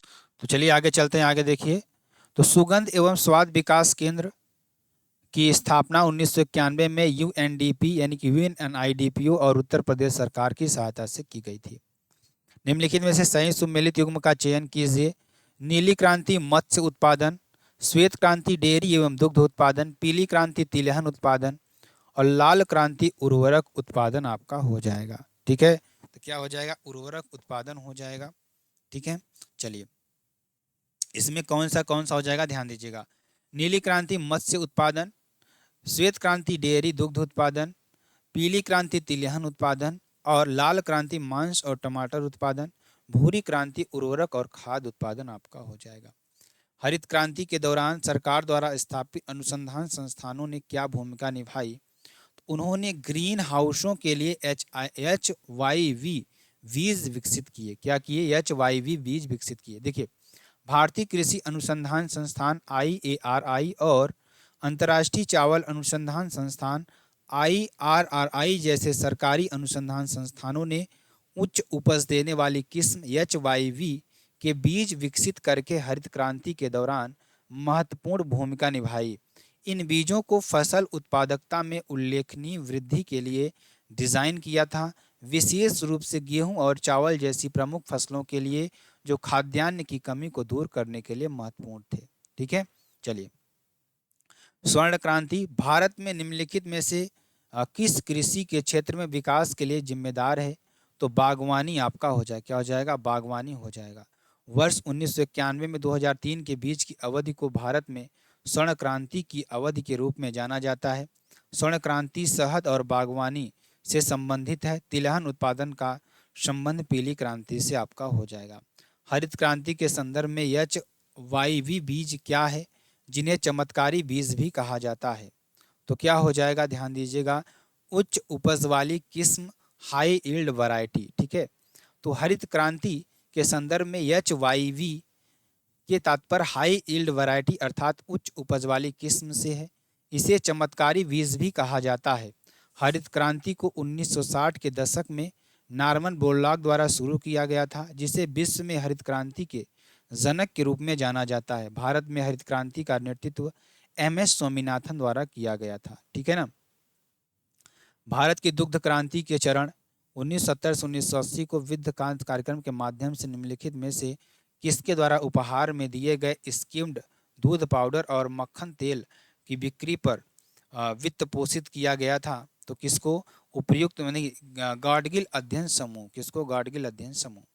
देखिए, 1969 में लीड बैंक योजना, कौन सी? LBS। 1969 में लीड बैंक योजना गाडगिल अध्ययन समूह समिति के आयोग की सिफारिशों के आधार पर शुरू की गई थी। किसके सिफारिशों पर? गाडगिल अध्ययन आयोग की सिफारिशों के आधार पर शुरू की गई थी, जिसने वाणिज्यिक बैंकों की उपस्थिति और ग्रामीण अभिविन्यास की अपर्याप्तता पर प्रकाश डाला था। ठीक है, किस पर प्रकाश डाला था? जमा प्रमाण पत्र, जमा प्रमाण पत्र, कॉल मनी, वाणिज्यिक पत्र, ट्रेजरी बिल। तो यहाँ पे आपका क्या हो जाएगा? 1 का 1। ध्यान दीजिएगा, मतलब आपका क्या हो जाएगा? जमा प्रमाण पत्र क्या होता है? RBI द्वारा मटेरियलाइज्ड रूप से जारी किया गया। कॉल मनी, ध्यान दीजिएगा, ओवरनाइट फंड्स लेन देन। ठीक है, और वाणिज्यिक पत्र 7 दिनों में से 1 वर्ष के बीच परिपक्वताओं के लिए जारी किया गया। ट्रेजरी बिल, शून्य कूपन प्रतिभूतियां। ठीक है ना, चलिए आगे चलेंगे। जमा प्रमाण पत्र RBI द्वारा मटेरियलाइज्ड रूप से जारी किया गया। कॉल मनी, ओवरनाइट फंड्स लेन देन। वाणिज्यिक पत्र 7 दिनों में 1 वर्ष के बीच परिपक्वताओं के लिए जारी किया गया। और ट्रेजरी बिल, शून्य कूपन प्रतिभूतियां। ठीक है ना। निम्नलिखित में से कौन सी भारत में डाकघर बचत खाते की विशेषता नहीं है? तो ध्यान दीजिए, खाता केवल चेक से खोला जा सकता नहीं, ये नहीं है। ठीक है ना, इसकी विशेषता नहीं है। बाकी सारी विशेष, डाकघर खाता केवल चेक से खोला जा सकता है। ठीक है ना, खाते का विशेषता नहीं है। देखिए, यह भारत के डाकघर बचत खाते की विशेषता नहीं है, क्योंकि डाकघर बचत खाता नगद जमा के साथ खोला जाना चाहिए, अर्थात चेक के माध्यम से नहीं। प्रारंभ में जमा नगद में किया जाना आवश्यक है, हालांकि बाद में जमा चेक या इलेक्ट्रॉनिक माध्यम से कोर बैंकिंग समाधान डाकघरों में किया जा सकता है। बैंकों के राष्ट्रीयकरण के प्रथम चरण के दौरान किस बैंक का राष्ट्रीयकरण नहीं किया गया था? तो विजया बैंक का। किसका? विजया बैंक का नहीं किया गया था। बैंकों के राष्ट्रीयकरण के प्रथम चरण 1969 के दौरान जिन बैंकों का राष्ट्रीयकरण किया गया उनमें शामिल है क्या? Allahabad bank, Canara bank, United bank of India, UCO bank, syndicate bank, Indian overseas bank, bank of Baroda, Punjab national bank, bank of India, bank of Maharashtra, central bank of India, Indian bank, देना बैंक तथा यूनियन बैंक, जबकि प्रथम चरण के दौरान Vijaya bank का राष्ट्रीयकरण नहीं किया गया था। ठीक है, चलिए आगे चलेंगे। आगे देखिए, वर्ष 2014 के पश्चात के आर्थिक सुधार, कृषि सुधार, ढांचागत सुधार, श्रम सुधार, आर्थिक सुधार। उत्तर प्रदेश कृषि उत्पादन मंडी अधिनियम 1964 की धारा 7 के अनुसार किस स्थिति में राज्य सरकार किसी मौजूदा प्रमुख मंडी प्रांगण के समाप्त कर सकती है? तो क्या हो जाएगा, यदि जनहित में आवश्यक या समीचीन समझा जाए तब। ठीक है ना, चलिए। उत्तर प्रदेश कृषि उत्पादन मंडी अधिनियम 1964 की धारा 7 का 2 का ए राज्य सरकार को किसी भी क्षेत्र को प्रमुख बाजार यार्ड या उप बाजार यार्ड में शामिल करने या बाहर करने या मौजूदा प्रमुख बाजार यार्ड का उप बाजार यार्ड को समाप्त करने की अनुमति देता है, यह जब यह इसे सार्वजनिक हित में आवश्यक अथवा जरूरी समझता है। ठीक है ना। बीमा में प्रतिस्थापन के सिद्धांत के अंतर्गत निम्नलिखित में से कौन सा सही है, ये आपको बताना है। तो बीमाधारक मुआवजा प्राप्त करने के बाद क्षतिग्रस्त संपत्ति को बेच सकता है। बीमाधारक एक ही घटना के लिए, देखिए बीमा प्रतिस्थापक के सिद्धांत के अंतर्गत निम्नलिखित में से कौन सा सही है, तो आपका ये बताना है। तो कौन सा हो जाएगा, ध्यान दीजिएगा, इसमें आपका हो जाएगा बीमा के प्रतिस्थापना के सिद्धांत के तहत एक बार जब बीमाकर्ता बीमित व्यक्ति को नुकसान के लिए मुआवजा देता है तो बीमाकर्ता उस दूसरे पक्ष से नुकसान की भरपाई करने या क्षतिग्रस्त संपत्ति पर कब्जा करने के लिए बीमित व्यक्ति के अधिकारों को ग्रहण कर लेता है। यह बीमाधारक को एक ही नुकसान के लिए 2 बार मुआवजा लेने से रोकता है और बीमाकर्ता को अपने नुकसान को कम करने की अनुमति देता है। ठीक है ना। किस केंद्र प्रायोजित योजना का उद्देश्य किसानों की लाभप्रदता के सुधार करना, गुणवत्तापूर्ण भोजन की उपलब्धता सुनिश्चित करना और मिट्टी की उर्वरता और कृषि भूमि पारिस्थितिकी तंत्र को बहाल करना है? प्रधानमंत्री फसल बीमा योजना। क्या हो जाएगा, राष्ट्रीय प्राकृतिक खेती मिशन। क्या, राष्ट्रीय प्राकृतिक खेती मिशन। राष्ट्रीय प्राकृतिक खेती मिशन एक केंद्र प्रायोजित योजना है जिसका उद्देश्य क्या है कि इनपुट लागत को कम करके किसानों की लाभप्रद और सुधार करना, रसायन मुक्त खेती को बढ़ावा देकर गुणवत्तापूर्ण भोजन की उपलब्धता सुनिश्चित करना, प्राकृतिक और पुनर्योजी कृषि पद्धतियों को प्रोत्साहित करके मिट्टी की उर्वरता और कृषि भूमि पारिस्थितिकी तंत्र को बहाल करना है। ठीक है, ये हो जाएगा आपका। चलिए, परंपरागत कृषि योजना के तहत पंजीकृत किसानों को निम्नलिखित में से किस प्रकार की सहायता प्रदान की जाती है? तो किस प्रकार की सहायता प्रदान की जाती है आपको ये बताना है। तो भागीदारी गारंटी प्रणाली पीजीएम प्रणाली आपका हो जाएगा। ठीक है, 2015 में शुरू की गई परंपरागत कृषि विकास योजना राष्ट्रीय सतत कृषि में तहत एक सरकारी योजना है जिसका उद्देश्य भारत में जैविक खेती को बढ़ावा देना है।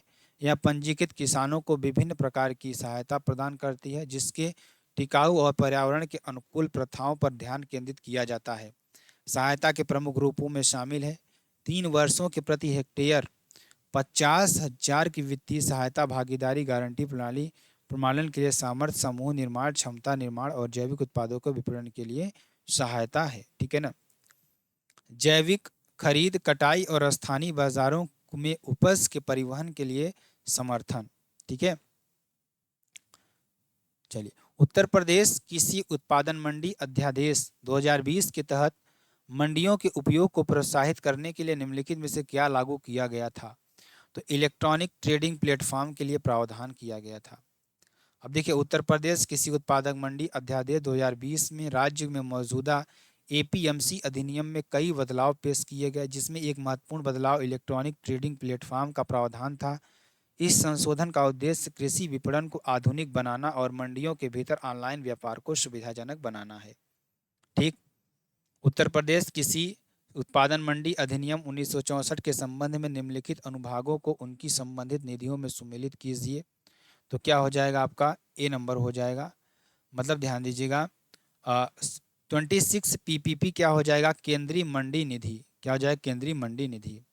19 का ए क्या हो जाएगा, ध्यान दीजिएगा, 19 का ए में बाजार समिति निधि।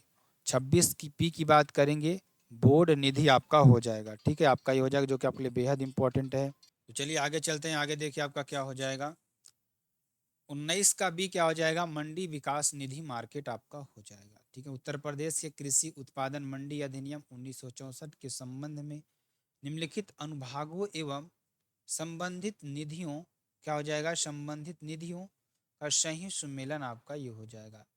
26 पीपीपी केंद्रीय मंडी निधि, 19 का ए बाजार समिति निधि, 26 का पी बोर्ड निधि फंड और 19 का भी विकास मंडी विकास निधि आपका हो जाएगा।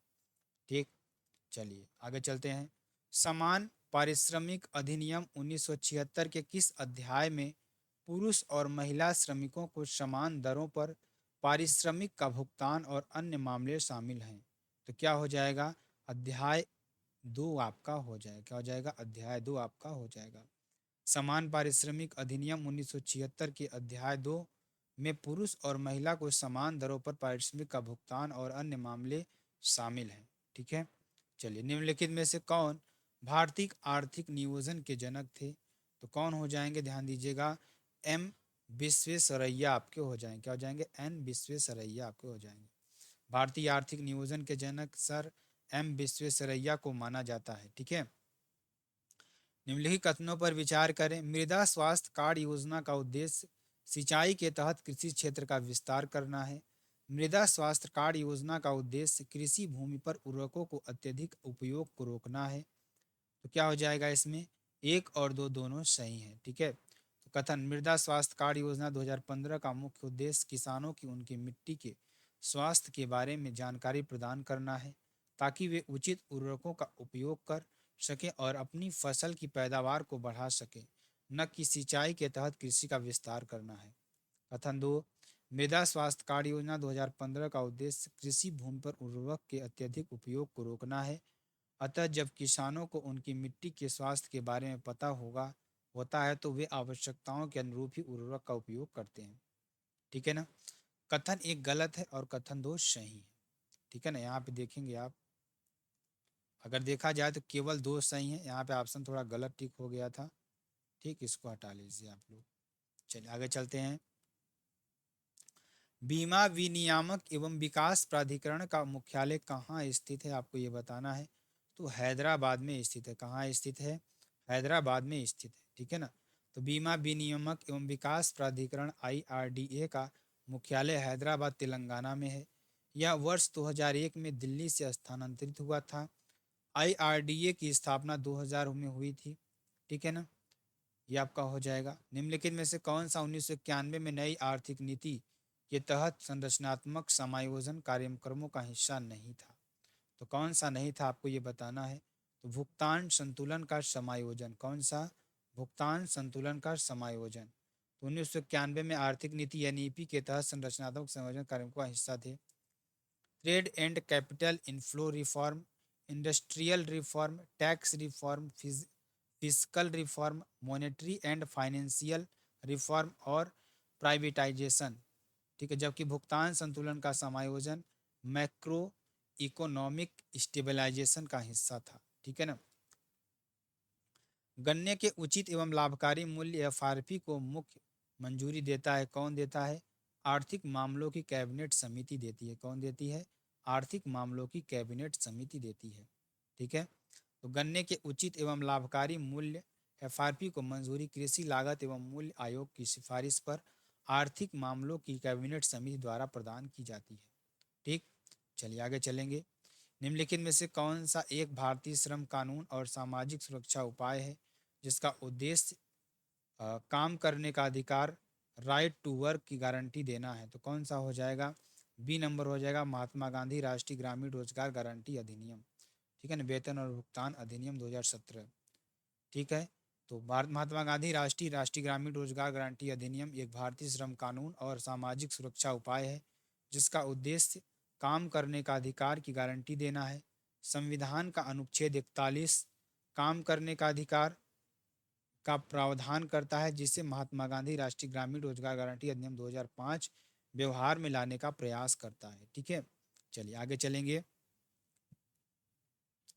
आगे देखिए आपका क्या हो जाएगा, जीएसटी की कौन सी प्रमुख विशेषता क्रेडिट के निर्बाध, क्या हो जाएगा यहाँ पर, जो कि आपके लिए बेहद इंपॉर्टेंट।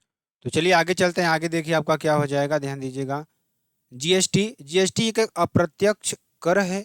देखिए इसमें क्या है, जीएसटी क्या होता है, एक गंतव्य आधारित कर है, ठीक है ना।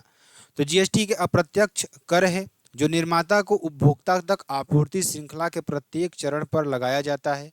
इसे प्रत्येक चरण में मूल्य संवर्धन पर लागू किया जाता है, जिससे क्रेडिट का निर्बाध प्रवाह होता है और अंतिम उपभोक्ता पर कर का बोझ कम होता है। ठीक, चलिए। यह सुनिश्चित करने के लिए कि जीएसटी का लाभ उपभोक्ताओं तक पहुंचाया जाए, सरकार ने राष्ट्रीय मुनाफाखोरी रोधी प्राधिकरण नेशनल एंटी प्रॉफिटियरिंग अथॉरिटी की स्थापना की। लेकिन 1 दिसंबर 2022 से सभी जीएसटी मुनाफाखोरी रोधी एंटी प्रॉफिटियरिंग शिकायतों का निपटारा किस संगठन द्वारा किया गया? तो किसके द्वारा किया गया? सीसीआई, भारतीय प्रतिस्पर्धा आयोग द्वारा किया गया। यह सुनिश्चित करने के लिए कि जीएसटी का लाभ उपभोक्ताओं तक पहुंचाया जाए, सरकार की राष्ट्रीय मुनाफाखोरी रोधी प्राधिकरण की स्थापना की, जिसने जीएसटी की निगरानी की और सुनिश्चित किया कि जीएसटी के कार्यान्वयन के कारण कोई व्यवसाय अनुचित मूल्य निर्धारण प्रथाओं और मुनाफाखोरी में शामिल न हो। सभी जीएसटी मुनाफाखोरी विरोधी शिकायतों को अब 1 दिसंबर 2022 से भारतीय प्रतिस्पर्धा आयोग सीसीआई द्वारा निपटाया जाता है। ठीक है, चलिए। भारत में राष्ट्रव्यापी जीएसटी का विचार निम्नलिखित में से किसके द्वारा प्रस्तावित किया गया था? तो केलकर टास्क फोर्स के द्वारा किया गया था। किसके द्वारा? केलकर टास्क फोर्स द्वारा किया गया था। भारत में राष्ट्रव्यापी जीएसटी का विचार सर्वप्रथम केलकर टास्क फोर्स द्वारा 2000 में प्रस्तावित किया गया था। इसका उद्देश्य मौजूदा जटिल और खंडित कर ढांचे को एकीकृत प्रणाली के बदलना था, जो अनुपालन को सरल बनाए और कैस्केडिंग को कम करे तथा आर्थिक एकीकरण को बढ़ावा दे। भारतीय संविधान एवं लोक प्रशासन की बात करेंगे तो भारतीय संविधान देखिए, भारतीय संविधान के किस अनुच्छेद में यह शामिल है कि राज्यपाल विधानसभा को संबोधित कर सकते हैं, राज्यपाल सदन को संदेश भेज सकते हैं? तो क्या हो जाएगा? अनुच्छेद 175। क्या हो जाएगा? अनुच्छेद 175। भारतीय संविधान के अनुच्छेद 175 में यह शामिल है कि राज्यपाल विधानसभा को संबोधित कर सकते हैं तथा सदन को संदेश भेज सकते हैं। संविधान का अनुच्छेद 176 राज्यपाल के विशेष अभिभाषण तथा अनुच्छेद 164 राज्य सरकार में मंत्रियों के बारे में अन्य उपबंध का प्रावधान करता है। ठीक है, चलिए। भारतीय संविधान का कौन सा अनुच्छेद मुख्यमंत्री के कर्तव्यों को परिभाषित करता है? तो अनुच्छेद 167 हो जाएगा। भारतीय संविधान का अनुच्छेद 167 मुख्यमंत्री के कर्तव्यों को परिभाषित करता है। किसको? मुख्यमंत्री के कर्तव्यों को क्या करता है? परिभाषित करता है। और ध्यान दीजिएगा, संविधान अनुच्छेद 162 तथा राज्य की कार्यपालिका शक्ति के विस्तार अनुच्छेद 170 विधानसभाओं की संरचना तथा अनुच्छेद 165 राज्य के महाधिवक्ता से संबंधित है। ठीक है, ये आपका हो जाएगा। चलिए आगे चलते हैं। आगे देखिए, 13 दिसंबर 1946 को संविधान सभा में उद्देश्य प्रस्ताव ऑब्जेक्टिव रेजोल्यूशन किसके द्वारा पेश किया गया था? तो किसके द्वारा? जवाहरलाल नेहरू के द्वारा किया गया था। किसके द्वारा? जवाहरलाल नेहरू जी के द्वारा किया गया था। ठीक, 13 दिसंबर 1946 को पंडित जवाहरलाल नेहरू ने संविधान सभा के सामने उद्देश्य प्रस्ताव पेश किया था।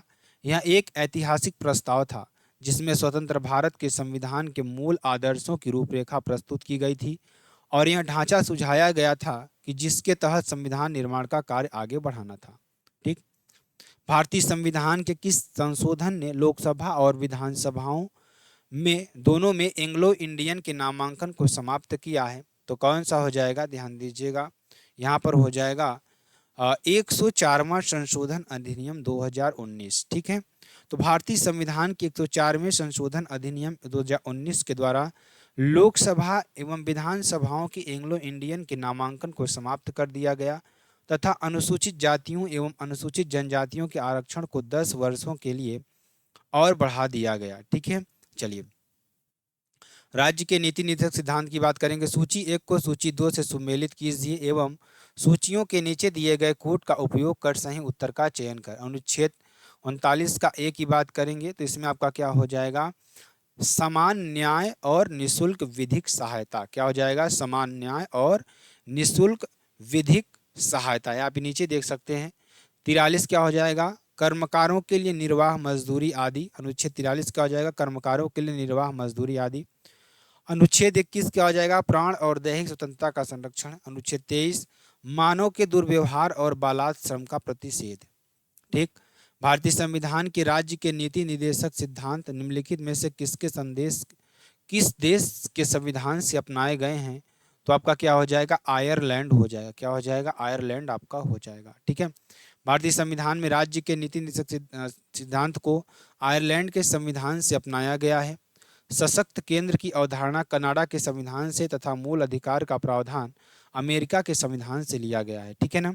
चलिए, भारतीय संविधान के अनुच्छेद 32 में संवैधानिक उपचारों का अधिकार के तहत मौलिक अधिकारों के उल्लंघन के विरुद्ध सर्वोच्च न्यायालय एवं उच्च न्यायालय अनुच्छेद 226 के अंतर्गत 5 प्रकार की रिट जारी करते हैं। इसमें उत्प्रेषण का शाब्दिक अर्थ है प्रमाणित होना या सूचित होना। इस याचिका के द्वारा अधीनस्थ न्यायालयों को यह निर्देश दिया जाता है कि वे लंबित मुकदमों में के न्याय निर्णयन के लिए उसे वरिष्ठ न्यायालय को भेजें या किसी वाद में निचली अदालत के आदेश को रद्द करने की आवश्यकता होती है तो इसका उपयोग किया जाता है। संसदीय प्रणाली की बात करेंगे।